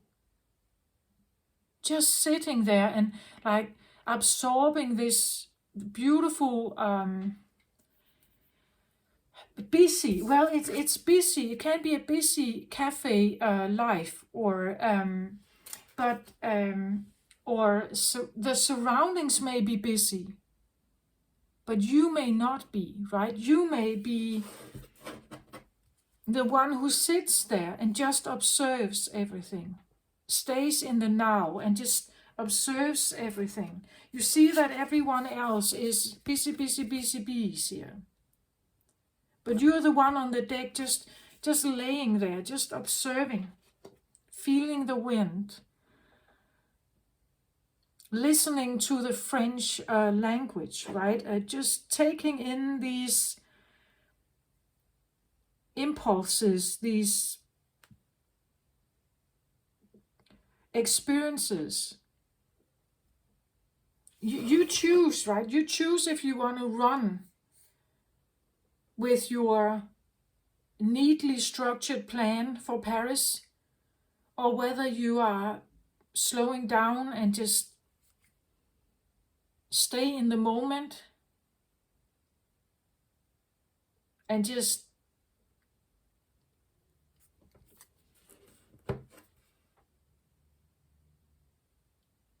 again, Pisces would say that. Pisces would say slow down, right? Like the elderly, they slow down, right? Slow down. What's the rush?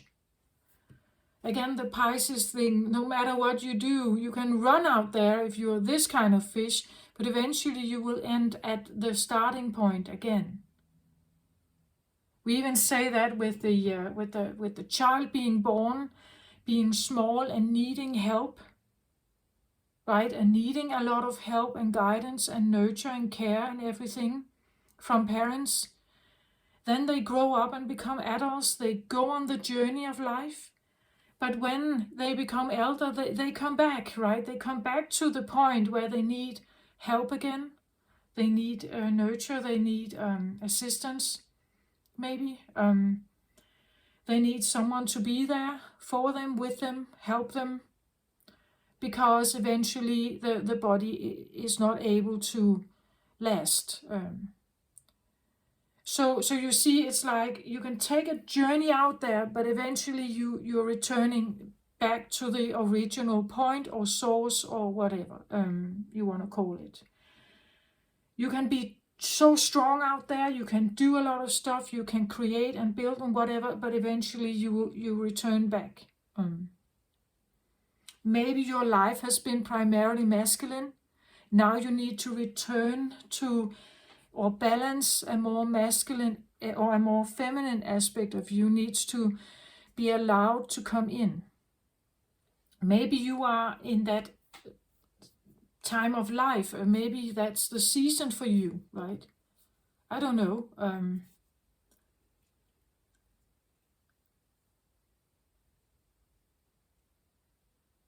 Yeah. Can I have one more card on the journey here, please? Justice. Yeah, look at this balance here, right?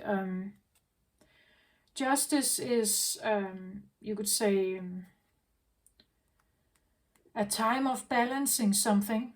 And again, she has the sword in the middle here. That there is something about a balancing. I just feel like the world is going through some of this at this moment, right? That we all need to encompass a little, we need to have more of something that has not been there much. So in whatever way that may feel for you, maybe you need to balance the masculine part. In my case, I definitely need to balance the feminine part. But take that how it resonates. The feminine part, I want to say,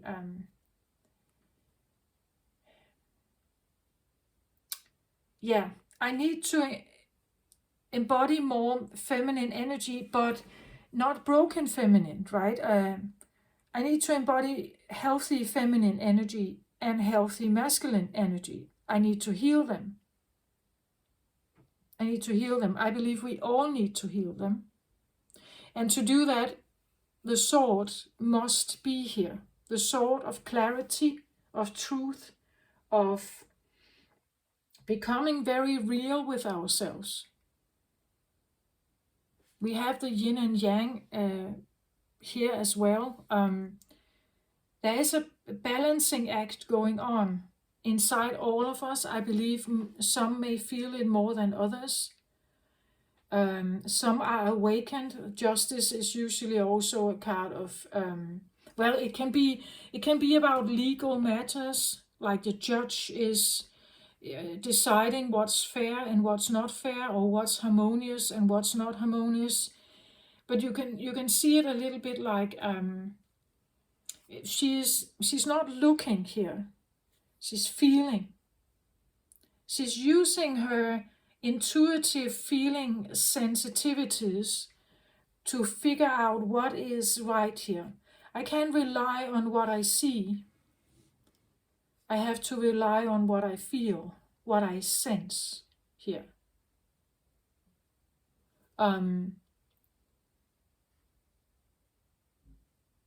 So definitely a feminine touch on the balancing act of something here. Again, I said temptation, right? Be mindful about temptations at this time, also escapisms, right? When we want to run from something.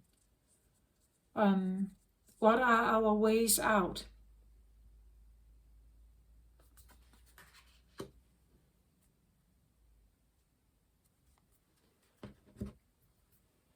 What are our ways out? Five of Pentacles, yeah. Well, Five of Pentacles is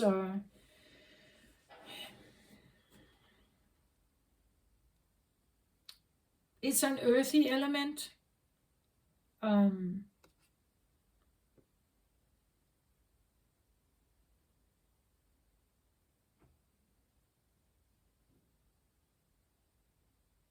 Five of Pentacles can talk about lack.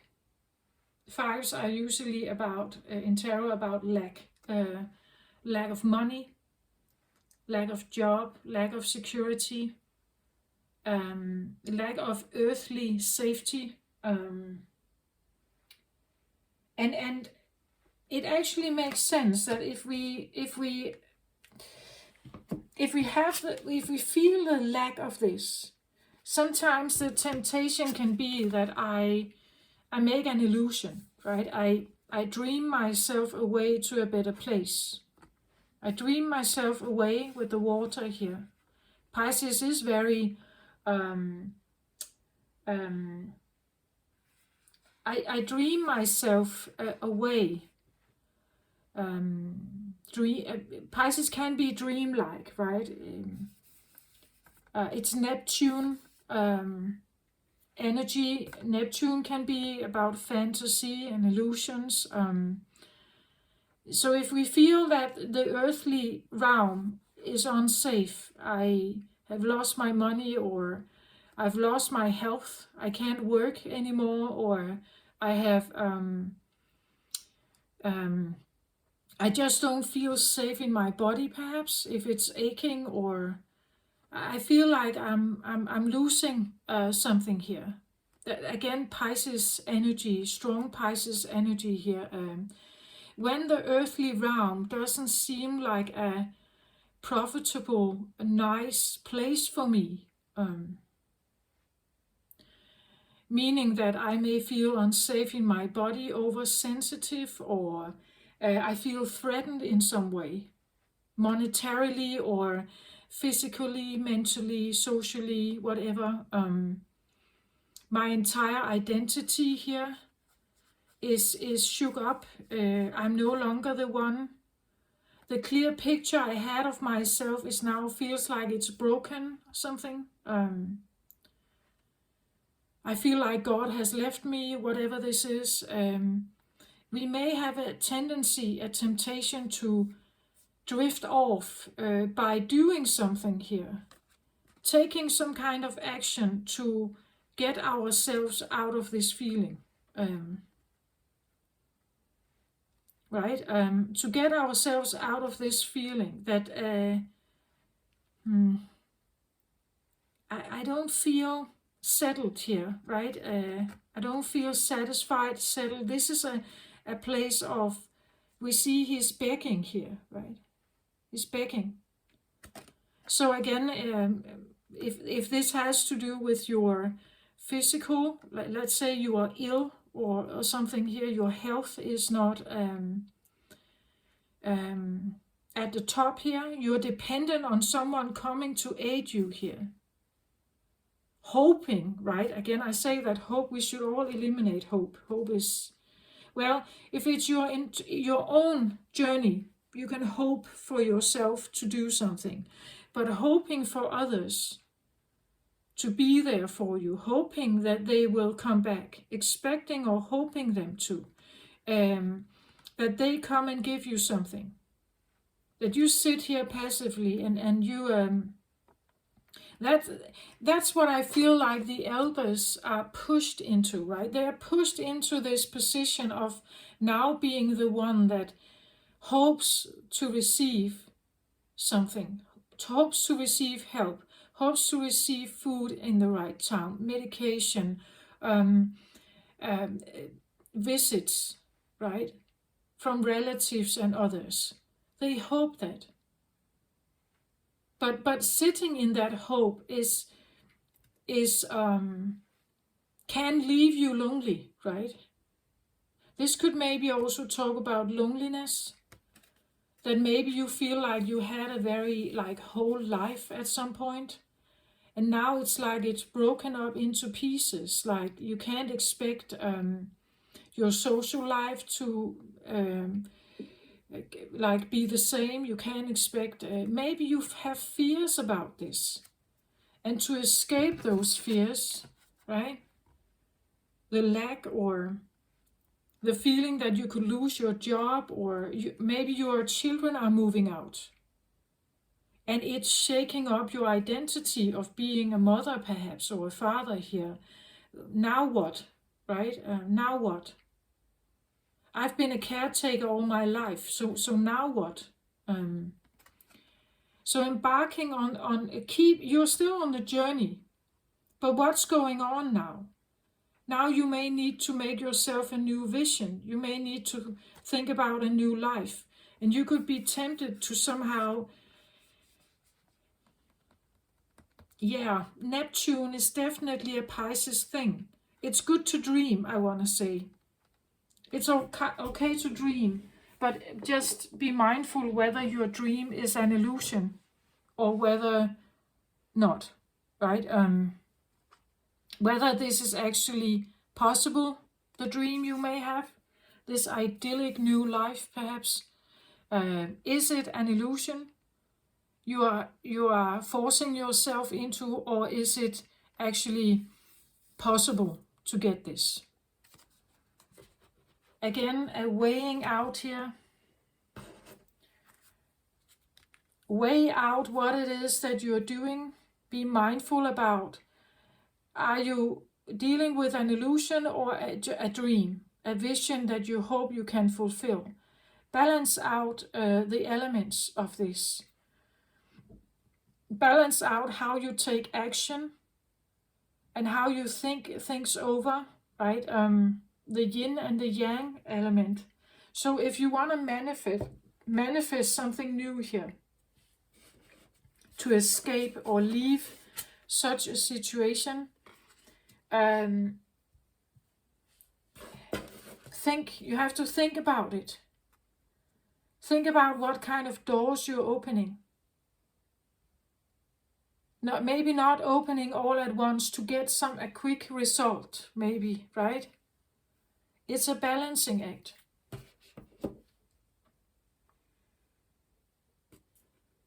As I said, with like the space that I feel like scapegoats may not have, this self-loving or self-preservation, something here. There are steps to it, right? At least there has been steps in my position, and I may still sometimes be overwhelmed by stuff where I feel it gets too close. It comes too close to me, upon me almost. But I get better. I'm sorting my emotions better.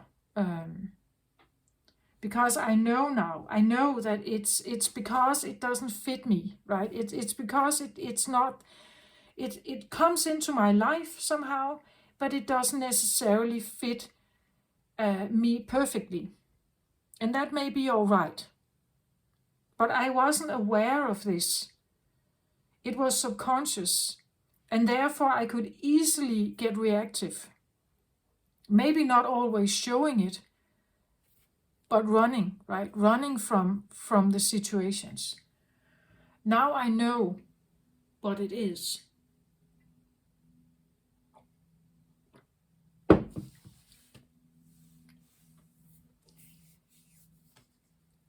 I know now that I don't have to sit in the situations and become what is needed.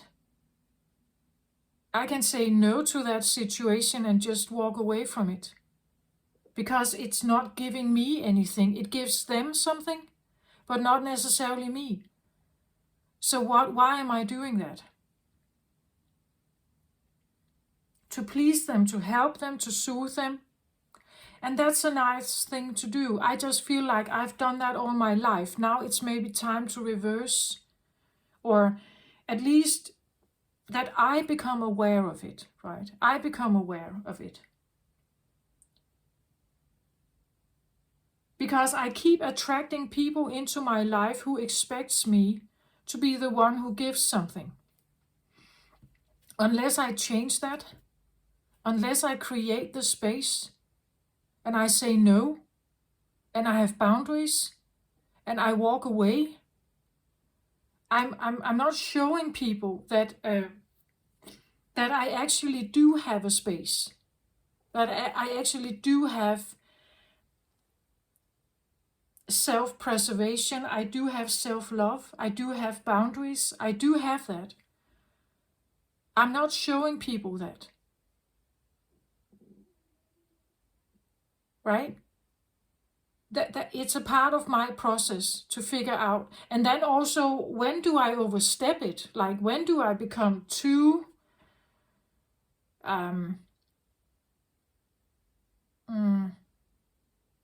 like, do I push people away? So again, I can also become more and more and more and more and more, and just keep, I want this space for, so there's a balancing act of becoming very real about yourself, where that is. What is it actually you want? If this is what you experienced, maybe a loss of identity, a loss of safety, a lot of stuff here. What is it you want then?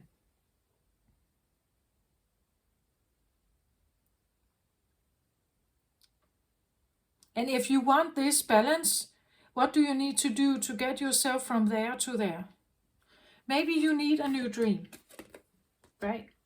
Maybe you need a new dream, a new vision, a new way of seeing yourself also, right? That there is sunshine there.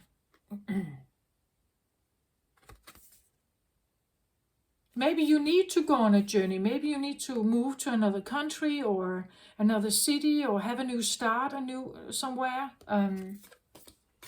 You definitely need to figure out what was not present. When I experienced this, what was not present? I experienced this. What was not present at this time? What was the thing that was not present is helping you to get more balance. As I said, the thing that I feel was not present for me is the space, this thing around me somehow. It acts as a protection shield of some sense,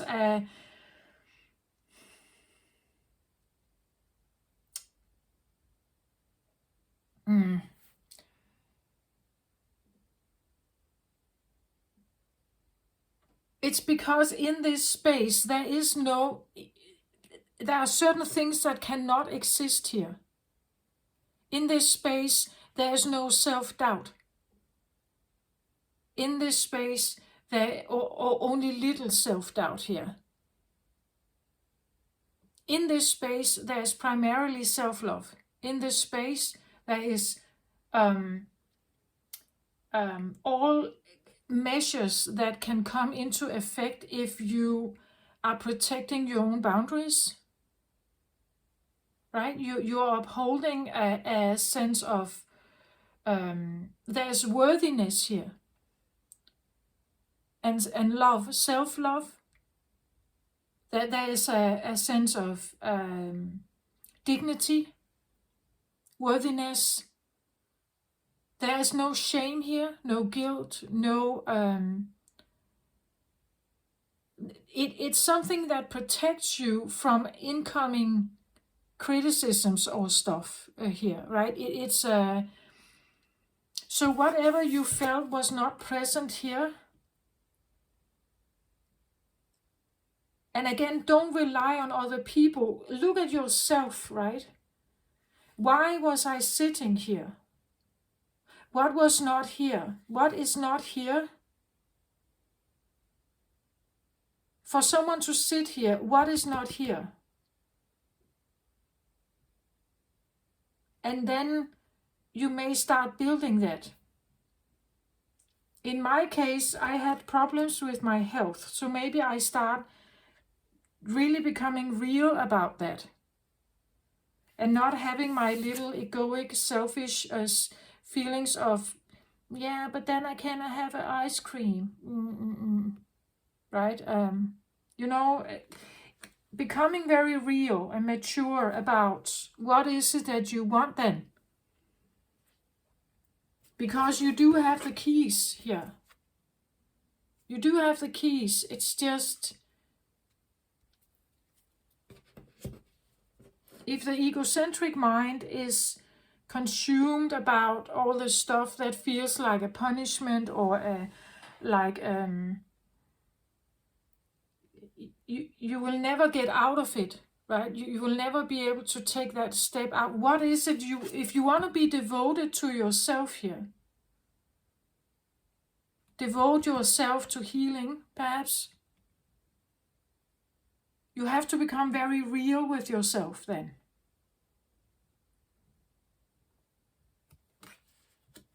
Why is it that I'm gambling and I've lost all my money, perhaps? Why was I gambling? What does that, how does the gambling help me? Yeah, it takes me out of the feeling of a sad, miserable life. For a time being, I have the feeling of joy. I have the feeling of play and game, and the dopamine spikes because there's a certain element of uncertainty. And if I hit the jackpot, I will have this flush of dopamine in my brain and the money, of course, right? But are you basing your life on these quick fix? The dopamine is the dopamine a factor for you here? And your go-to method to get yourself out of this feeling?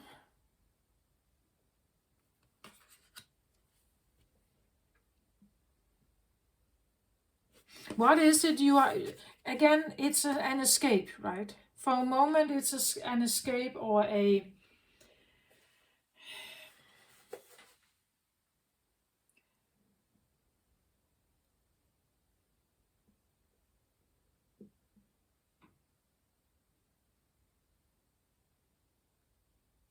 It doesn't have to be, of course. It's just the 7 card is usually about temptations. Maybe it's the feeling I'm tempted because of this. I'm tempted to just walk away. I pack my bags, I get on a ship and I sail away. I leave everything behind. I want to get out of here. Like the poverty of Europe. Getting myself on the ship sailing towards America, because in America I could get the fortune, right? That it was the promised land, the golden land, right? So maybe that's what you want. You want to take yourself out of that and go somewhere else.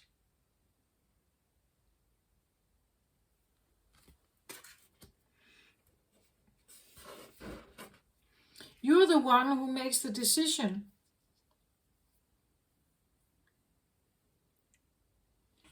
So what is your brain telling you?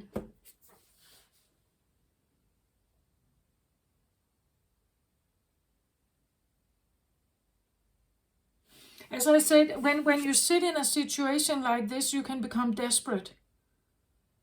You can become desperate, right? And therefore, sometimes you make decisions that are, well, they can be fun for a time, but maybe they cost you all your money, right? Maybe the journey that you hoped for is maybe not that great. Because, as I said, you may be stressed out even before you get on the ship.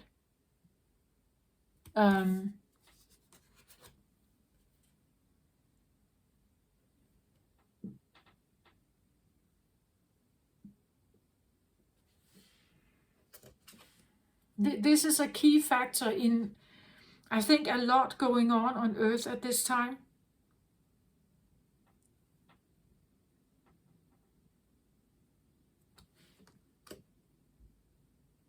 Again, in this place, there's no love here. This is just about surviving. It's about tangibles. So tangibles are, or pentacles is tangible things. It's usually about things, or food, money, shelter, warmth, clothing. That's the survival part, right? It could be that you have all that, but you have lost your job, you have lost health, so now you are worried about your job, you're worried about the money, the income, you're worried if you can sustain your family, or you have enough, right? It's usually a feeling of not having enough here. Feeling and not having enough means that there's a threat somehow. Something threatens you here. Because if I don't have enough here, I could lose everything, including my life. That's the worst part, right? If it comes to that. But in here, there's a lot of other stuff going on. It could be that if I lose my job, what will my wife say? What about my, because I've built a status in my life of being a director, a CEO maybe. Now I have a less fortunate job. I'm not earning very much. My identity is different now, or it's shifting. My wife left me because she wants someone with money, right? Or my children are used to a certain lifestyle. I am used to a certain lifestyle. Now I've lost everything, or I could lose everything.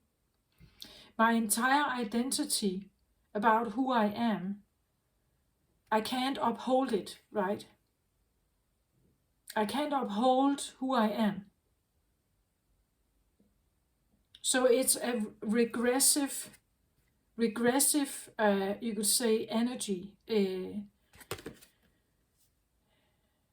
It could be the feeling now I am at someone's mercy, where before I was the one maybe providing here, right?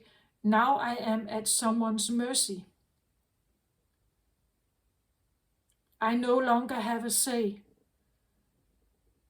As the elderly are forced, I feel like, a little into when they get closer and closer to end of life. Now I am at someone's mercy. Maybe you have something coming up like that, feeling that it depends on others. Everything depends on others, right? That it's up to them to make a decision to hire me. And never considering to have your own business maybe, right? Maybe you could have your own business. I don't know. But this is where we feel at the mercy of someone else's hand or something else.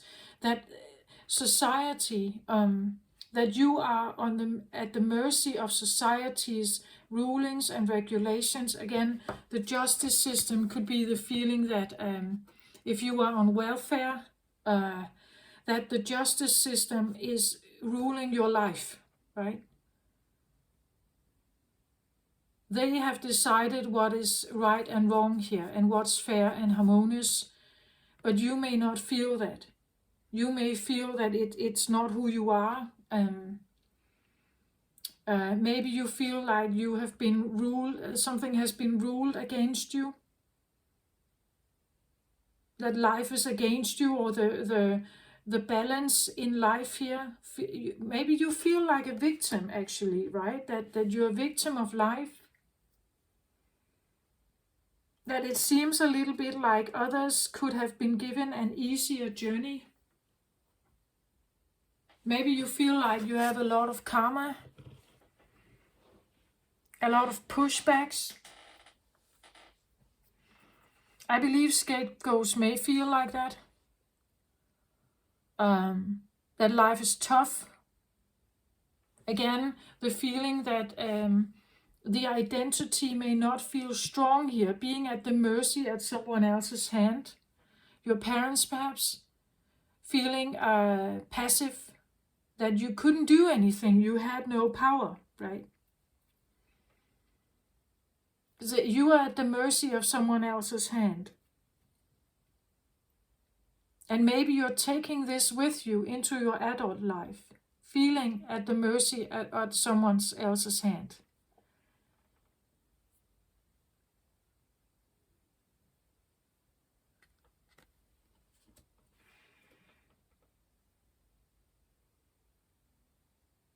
This is a procrastinating energy that is not taking action itself. Maybe you learned this, that you can't take action on yourself. You need someone to come in and offer an opportunity to you. Then you can maybe say yes to it, right? But you cannot make that opportunity happen yourself.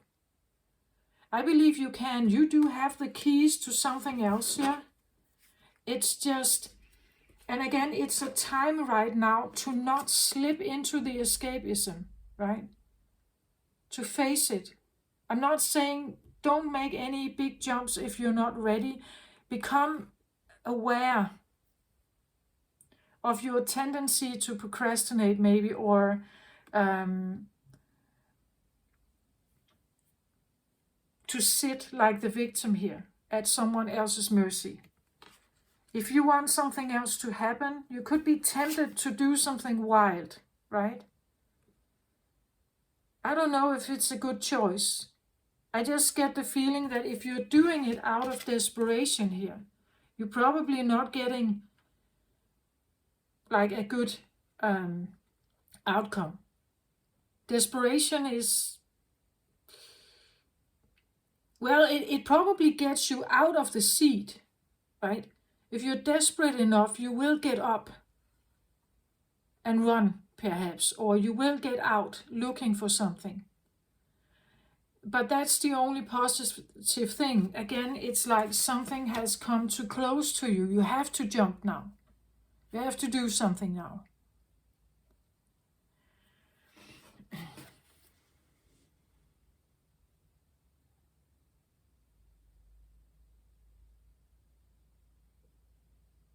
The only thing is that the elderly cannot do that, right? The elderly are pacified. They sit in the body or lay in the body, right? The only thing they can do is leave the body. Die, eventually.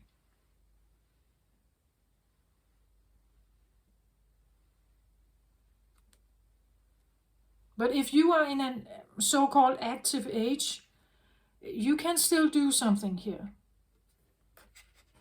I'm not saying it's easy, right? Coming from this point into a more abundant point, it's not easy. Again, you have to make certain steps, right? Build certain things here for yourself. You have to have a minimum of something here.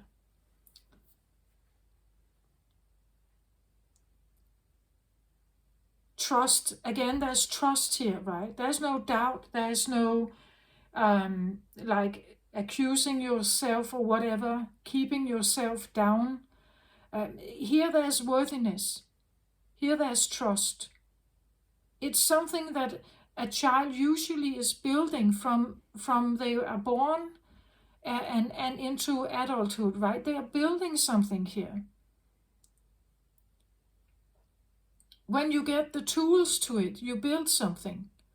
When you get the nurture, the care, the encouragement, the love, right? When you get some of this, understanding, appreciation, everything, when you get some of this, you are building something.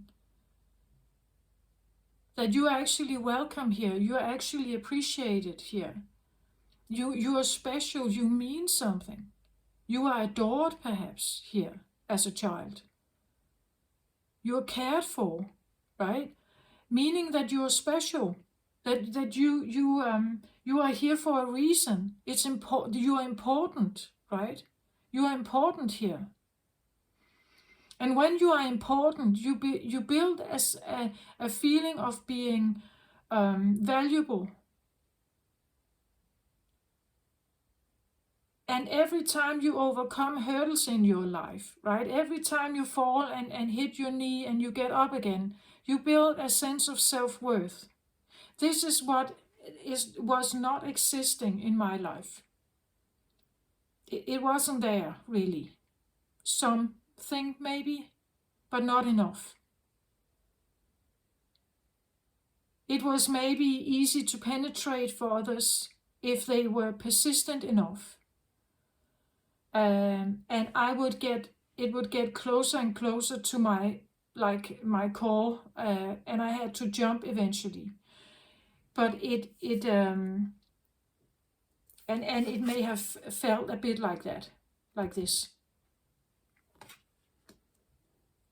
But again, I was designed not to have this. I was designed not to have this, because then I would be easy to control.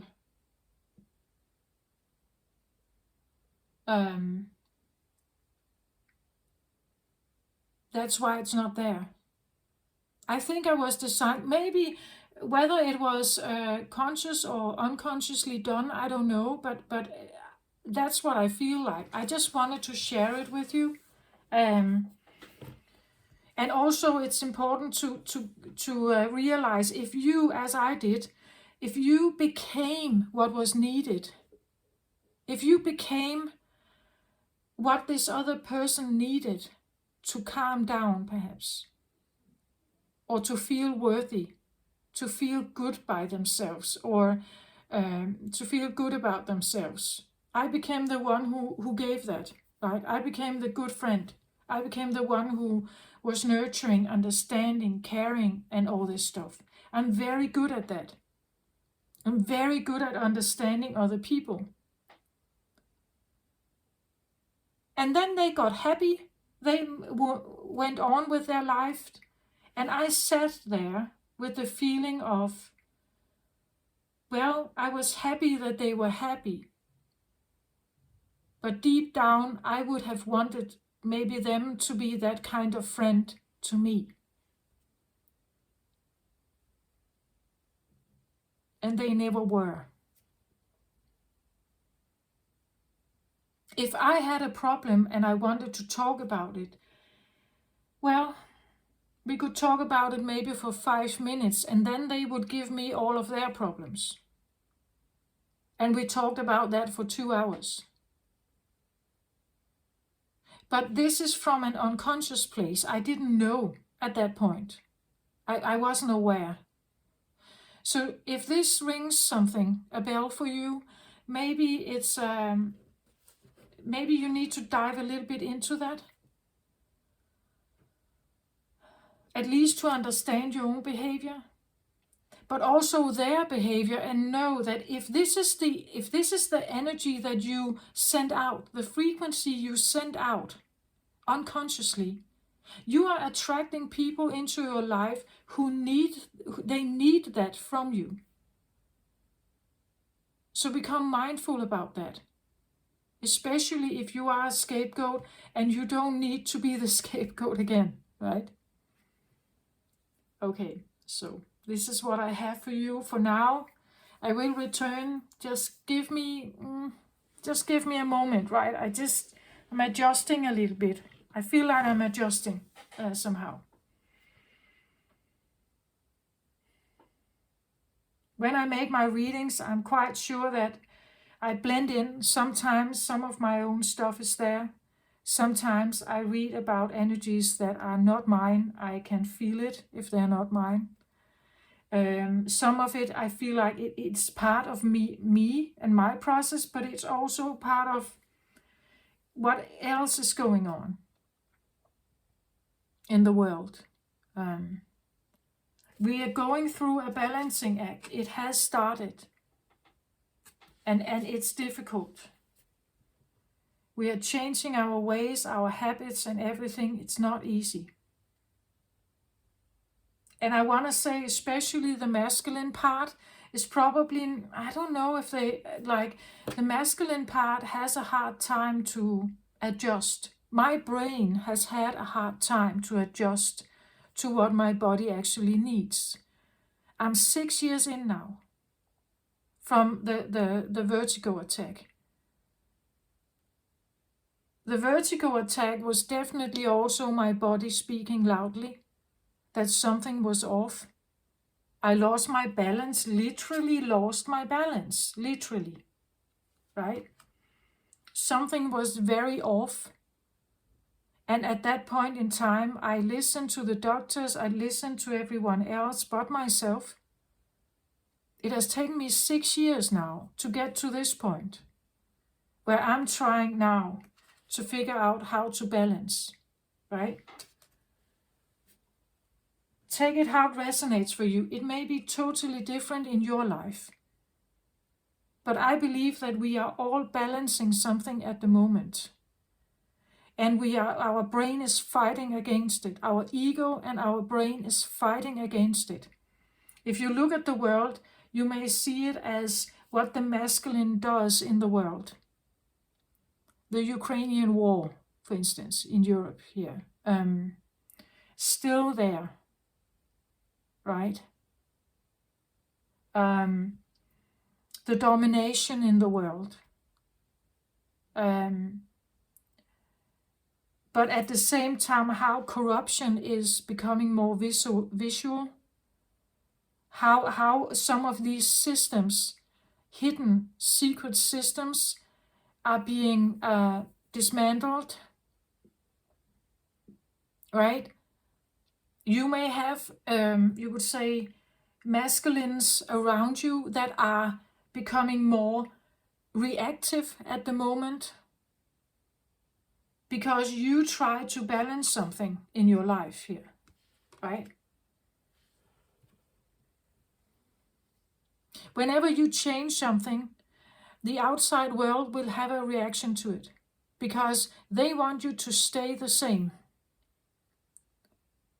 That's familiar and safe to them, but not familiar and safe to you. Making a change is unfamiliar, unsafe for you, but it may lead you towards more balance. That could also be what this is. That what you are doing at the moment, the journey or what you are trying here to do at the moment may feel like this, unsafe. Because it's unfamiliar. You don't know what this is, what it's going to be for you. It may feel unsafe, but it's a learning curve.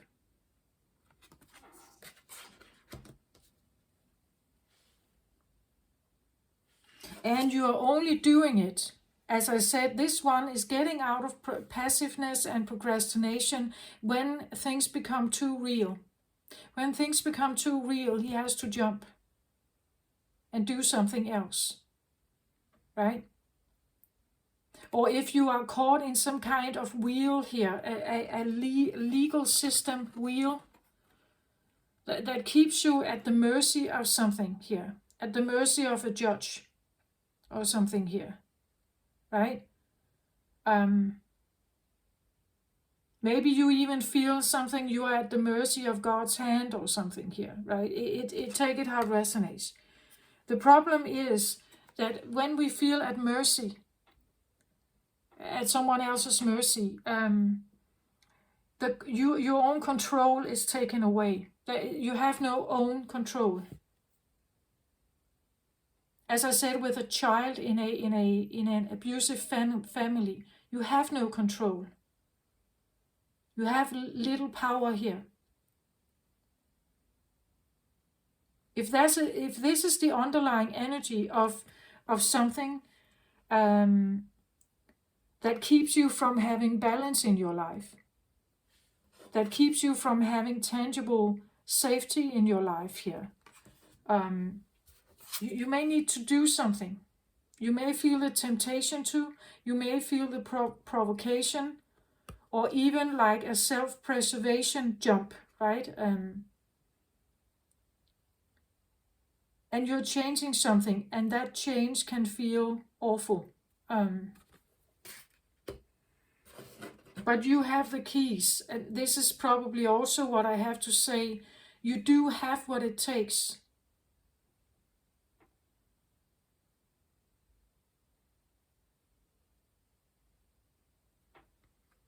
to get the balance here.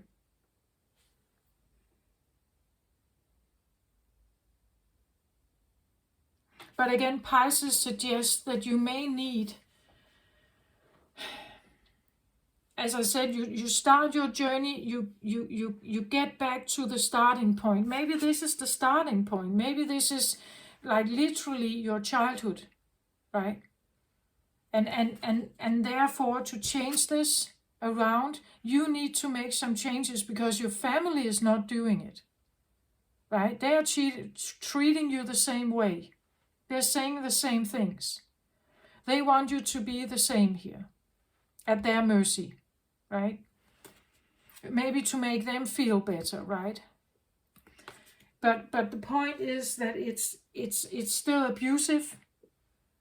It's still the journey you are on is a journey of self-discovery and building this, what I don't know what I should call this auric field or something, that is your protective mechanism that somehow was not developed, given, allowed for, or whatever. Right? That's what I want to say with these cards. It makes sense in my own journey. It makes sense maybe for you, if you feel you have been in a scapegoat situation as well.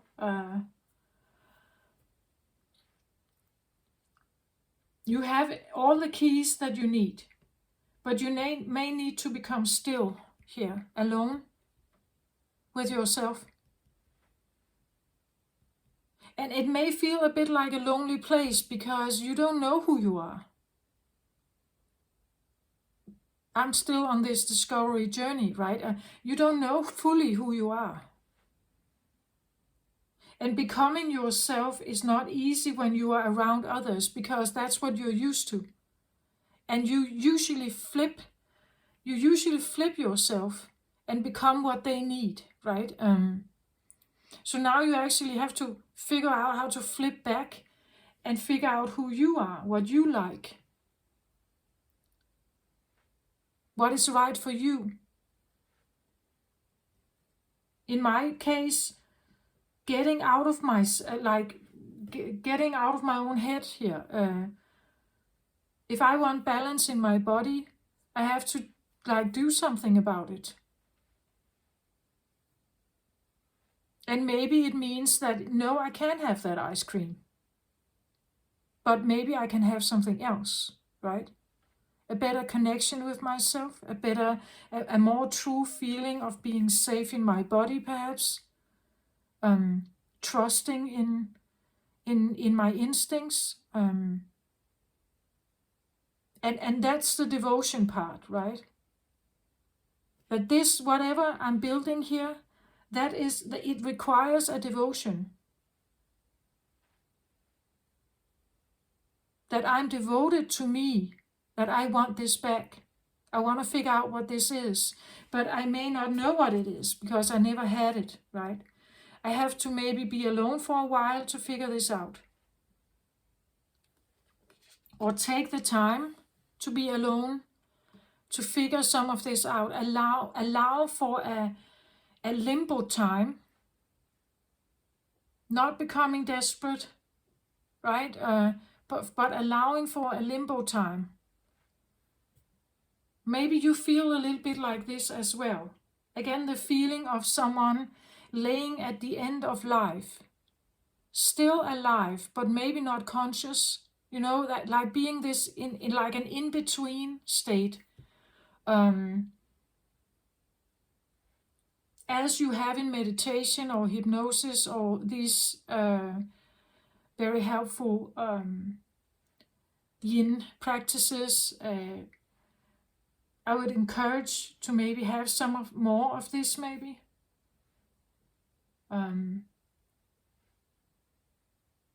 Maybe that's what the journey is. This could be a guided meditation, right? It could be a hypnotic state. It could be,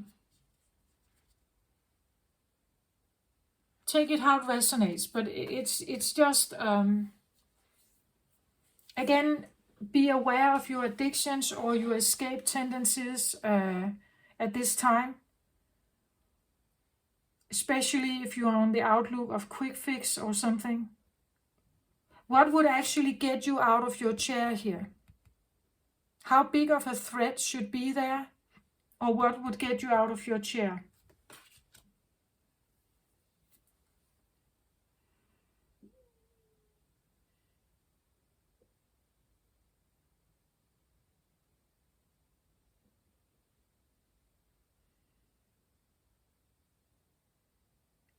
It's definitely a better place to manifest from when I see her. She's smiling. She is a queen. So she considers herself as a queen. In a castle here. So she has a big home. Big, safe home. She's a queen. So she has a sense of worthiness. She's looking over her kingdom, or the kingdom, the land, the crops, the fields. This is all a part of her domain, right? This actually also finely illustrates what I'm talking about. This is where you are in your safe zone called home. And this out here could be what I say, this is the safe zone with the castle, right? And then you have the fields, the crops, the everything here. This is like your kingdom. It's like you are building a kingdom around you. Where this one has no kingdom, right? He's poor. He's a beggar. There is no kingdom. There's no land. There's no crop. There's not even a home, right? He's a homeless person. He lives from place to place, from bridge to bridge, right? There is no sense of kingdom. Where this one, first of all, she has worthiness here. She sees herself as worthy, as beautiful, as strong, and she stands in a big castle here, the home, and she's looking over the kingdom. Right? She has the keys for this kingdom here. This is hers. You could say this could be the feeling of the auric field around you. That is this feeling of worthiness. I'm proud of myself. What I've accomplished. These are my golden, beautiful, fertile fields. Right? I see how it's growing. I see how it's building. And in the meantime, I'm building my worthiness in my home or in my private life, my private space. I build my worthiness. I see myself as the queen. I see myself as elevated, right? She's standing on top of the castle, looking over everything. Where this one sits in the little corner, right? Hiding. Do you get my point? It's like she can build. She has the keys to build the kingdom around your poor little place here. But the kingdom you're building depends on the place. Are you building from a place of poverty, lack mentality, and everything? Or are you building from a place of worthiness, beauty, power? Do you feel powerful? Do you feel you are worthy? Do you feel you are loved and everything. A scapegoat probably doesn't, and it means that the kingdom, the things you will have around you, will attract to this. It will attract to the fact that you are powerless.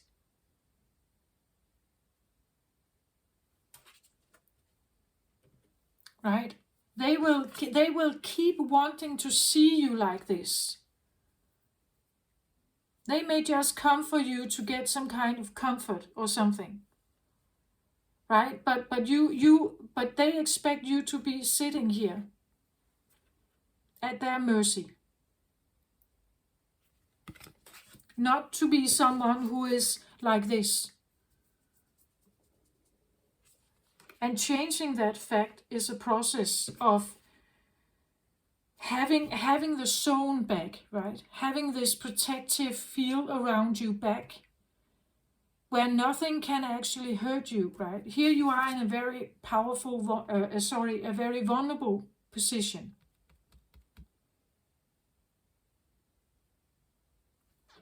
So from being very vulnerable to becoming more safe, like seeing yourself as much more, good enough, valuable, special, worthy, and everything. It's a process. A journey, you could say. Yeah. And there will be temptations here that could lead you back into this position. The people in your life can be those temptations because they are used to treating you in a certain way. So they will expect certain things of you. And if you suddenly change, they will not like it. This is what I have.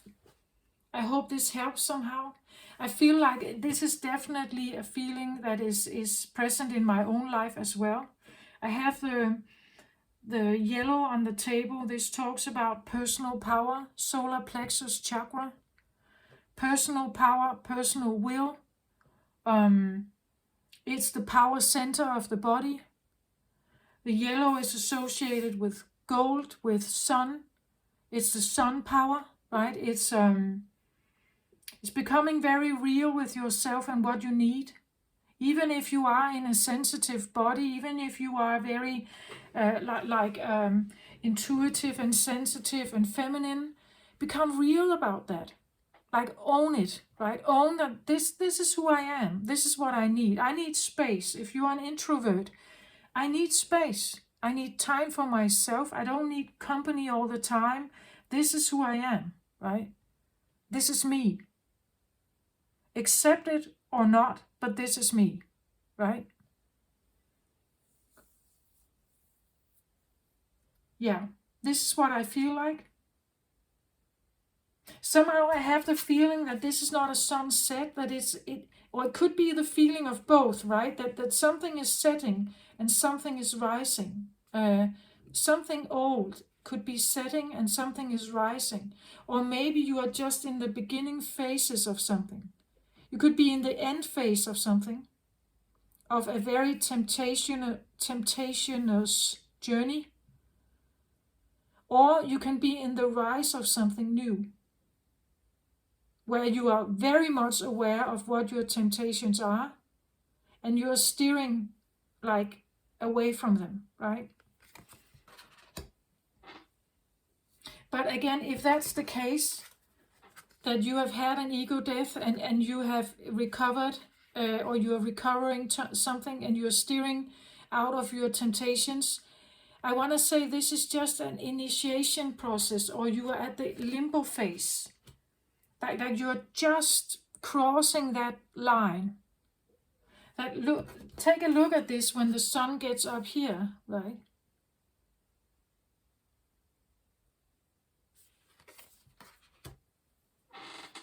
How bright that would be. How much you have maybe been able to build here. How much you are able to say no, perhaps, or go in your own direction, like be the queen here of your castle and the kingdom, or queendom here. Maybe you want a queendom, right? Maybe you want to be alone. Maybe you want this to be a queen castle. You are the ruler of the castle, and this is your queendom here. Again, yin energy. The fifth dimension is about yin energy. Maybe you are an ambassador for the yin energy, the queendom.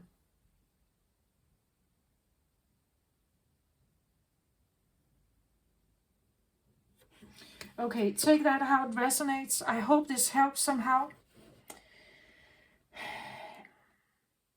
I wish you the very best.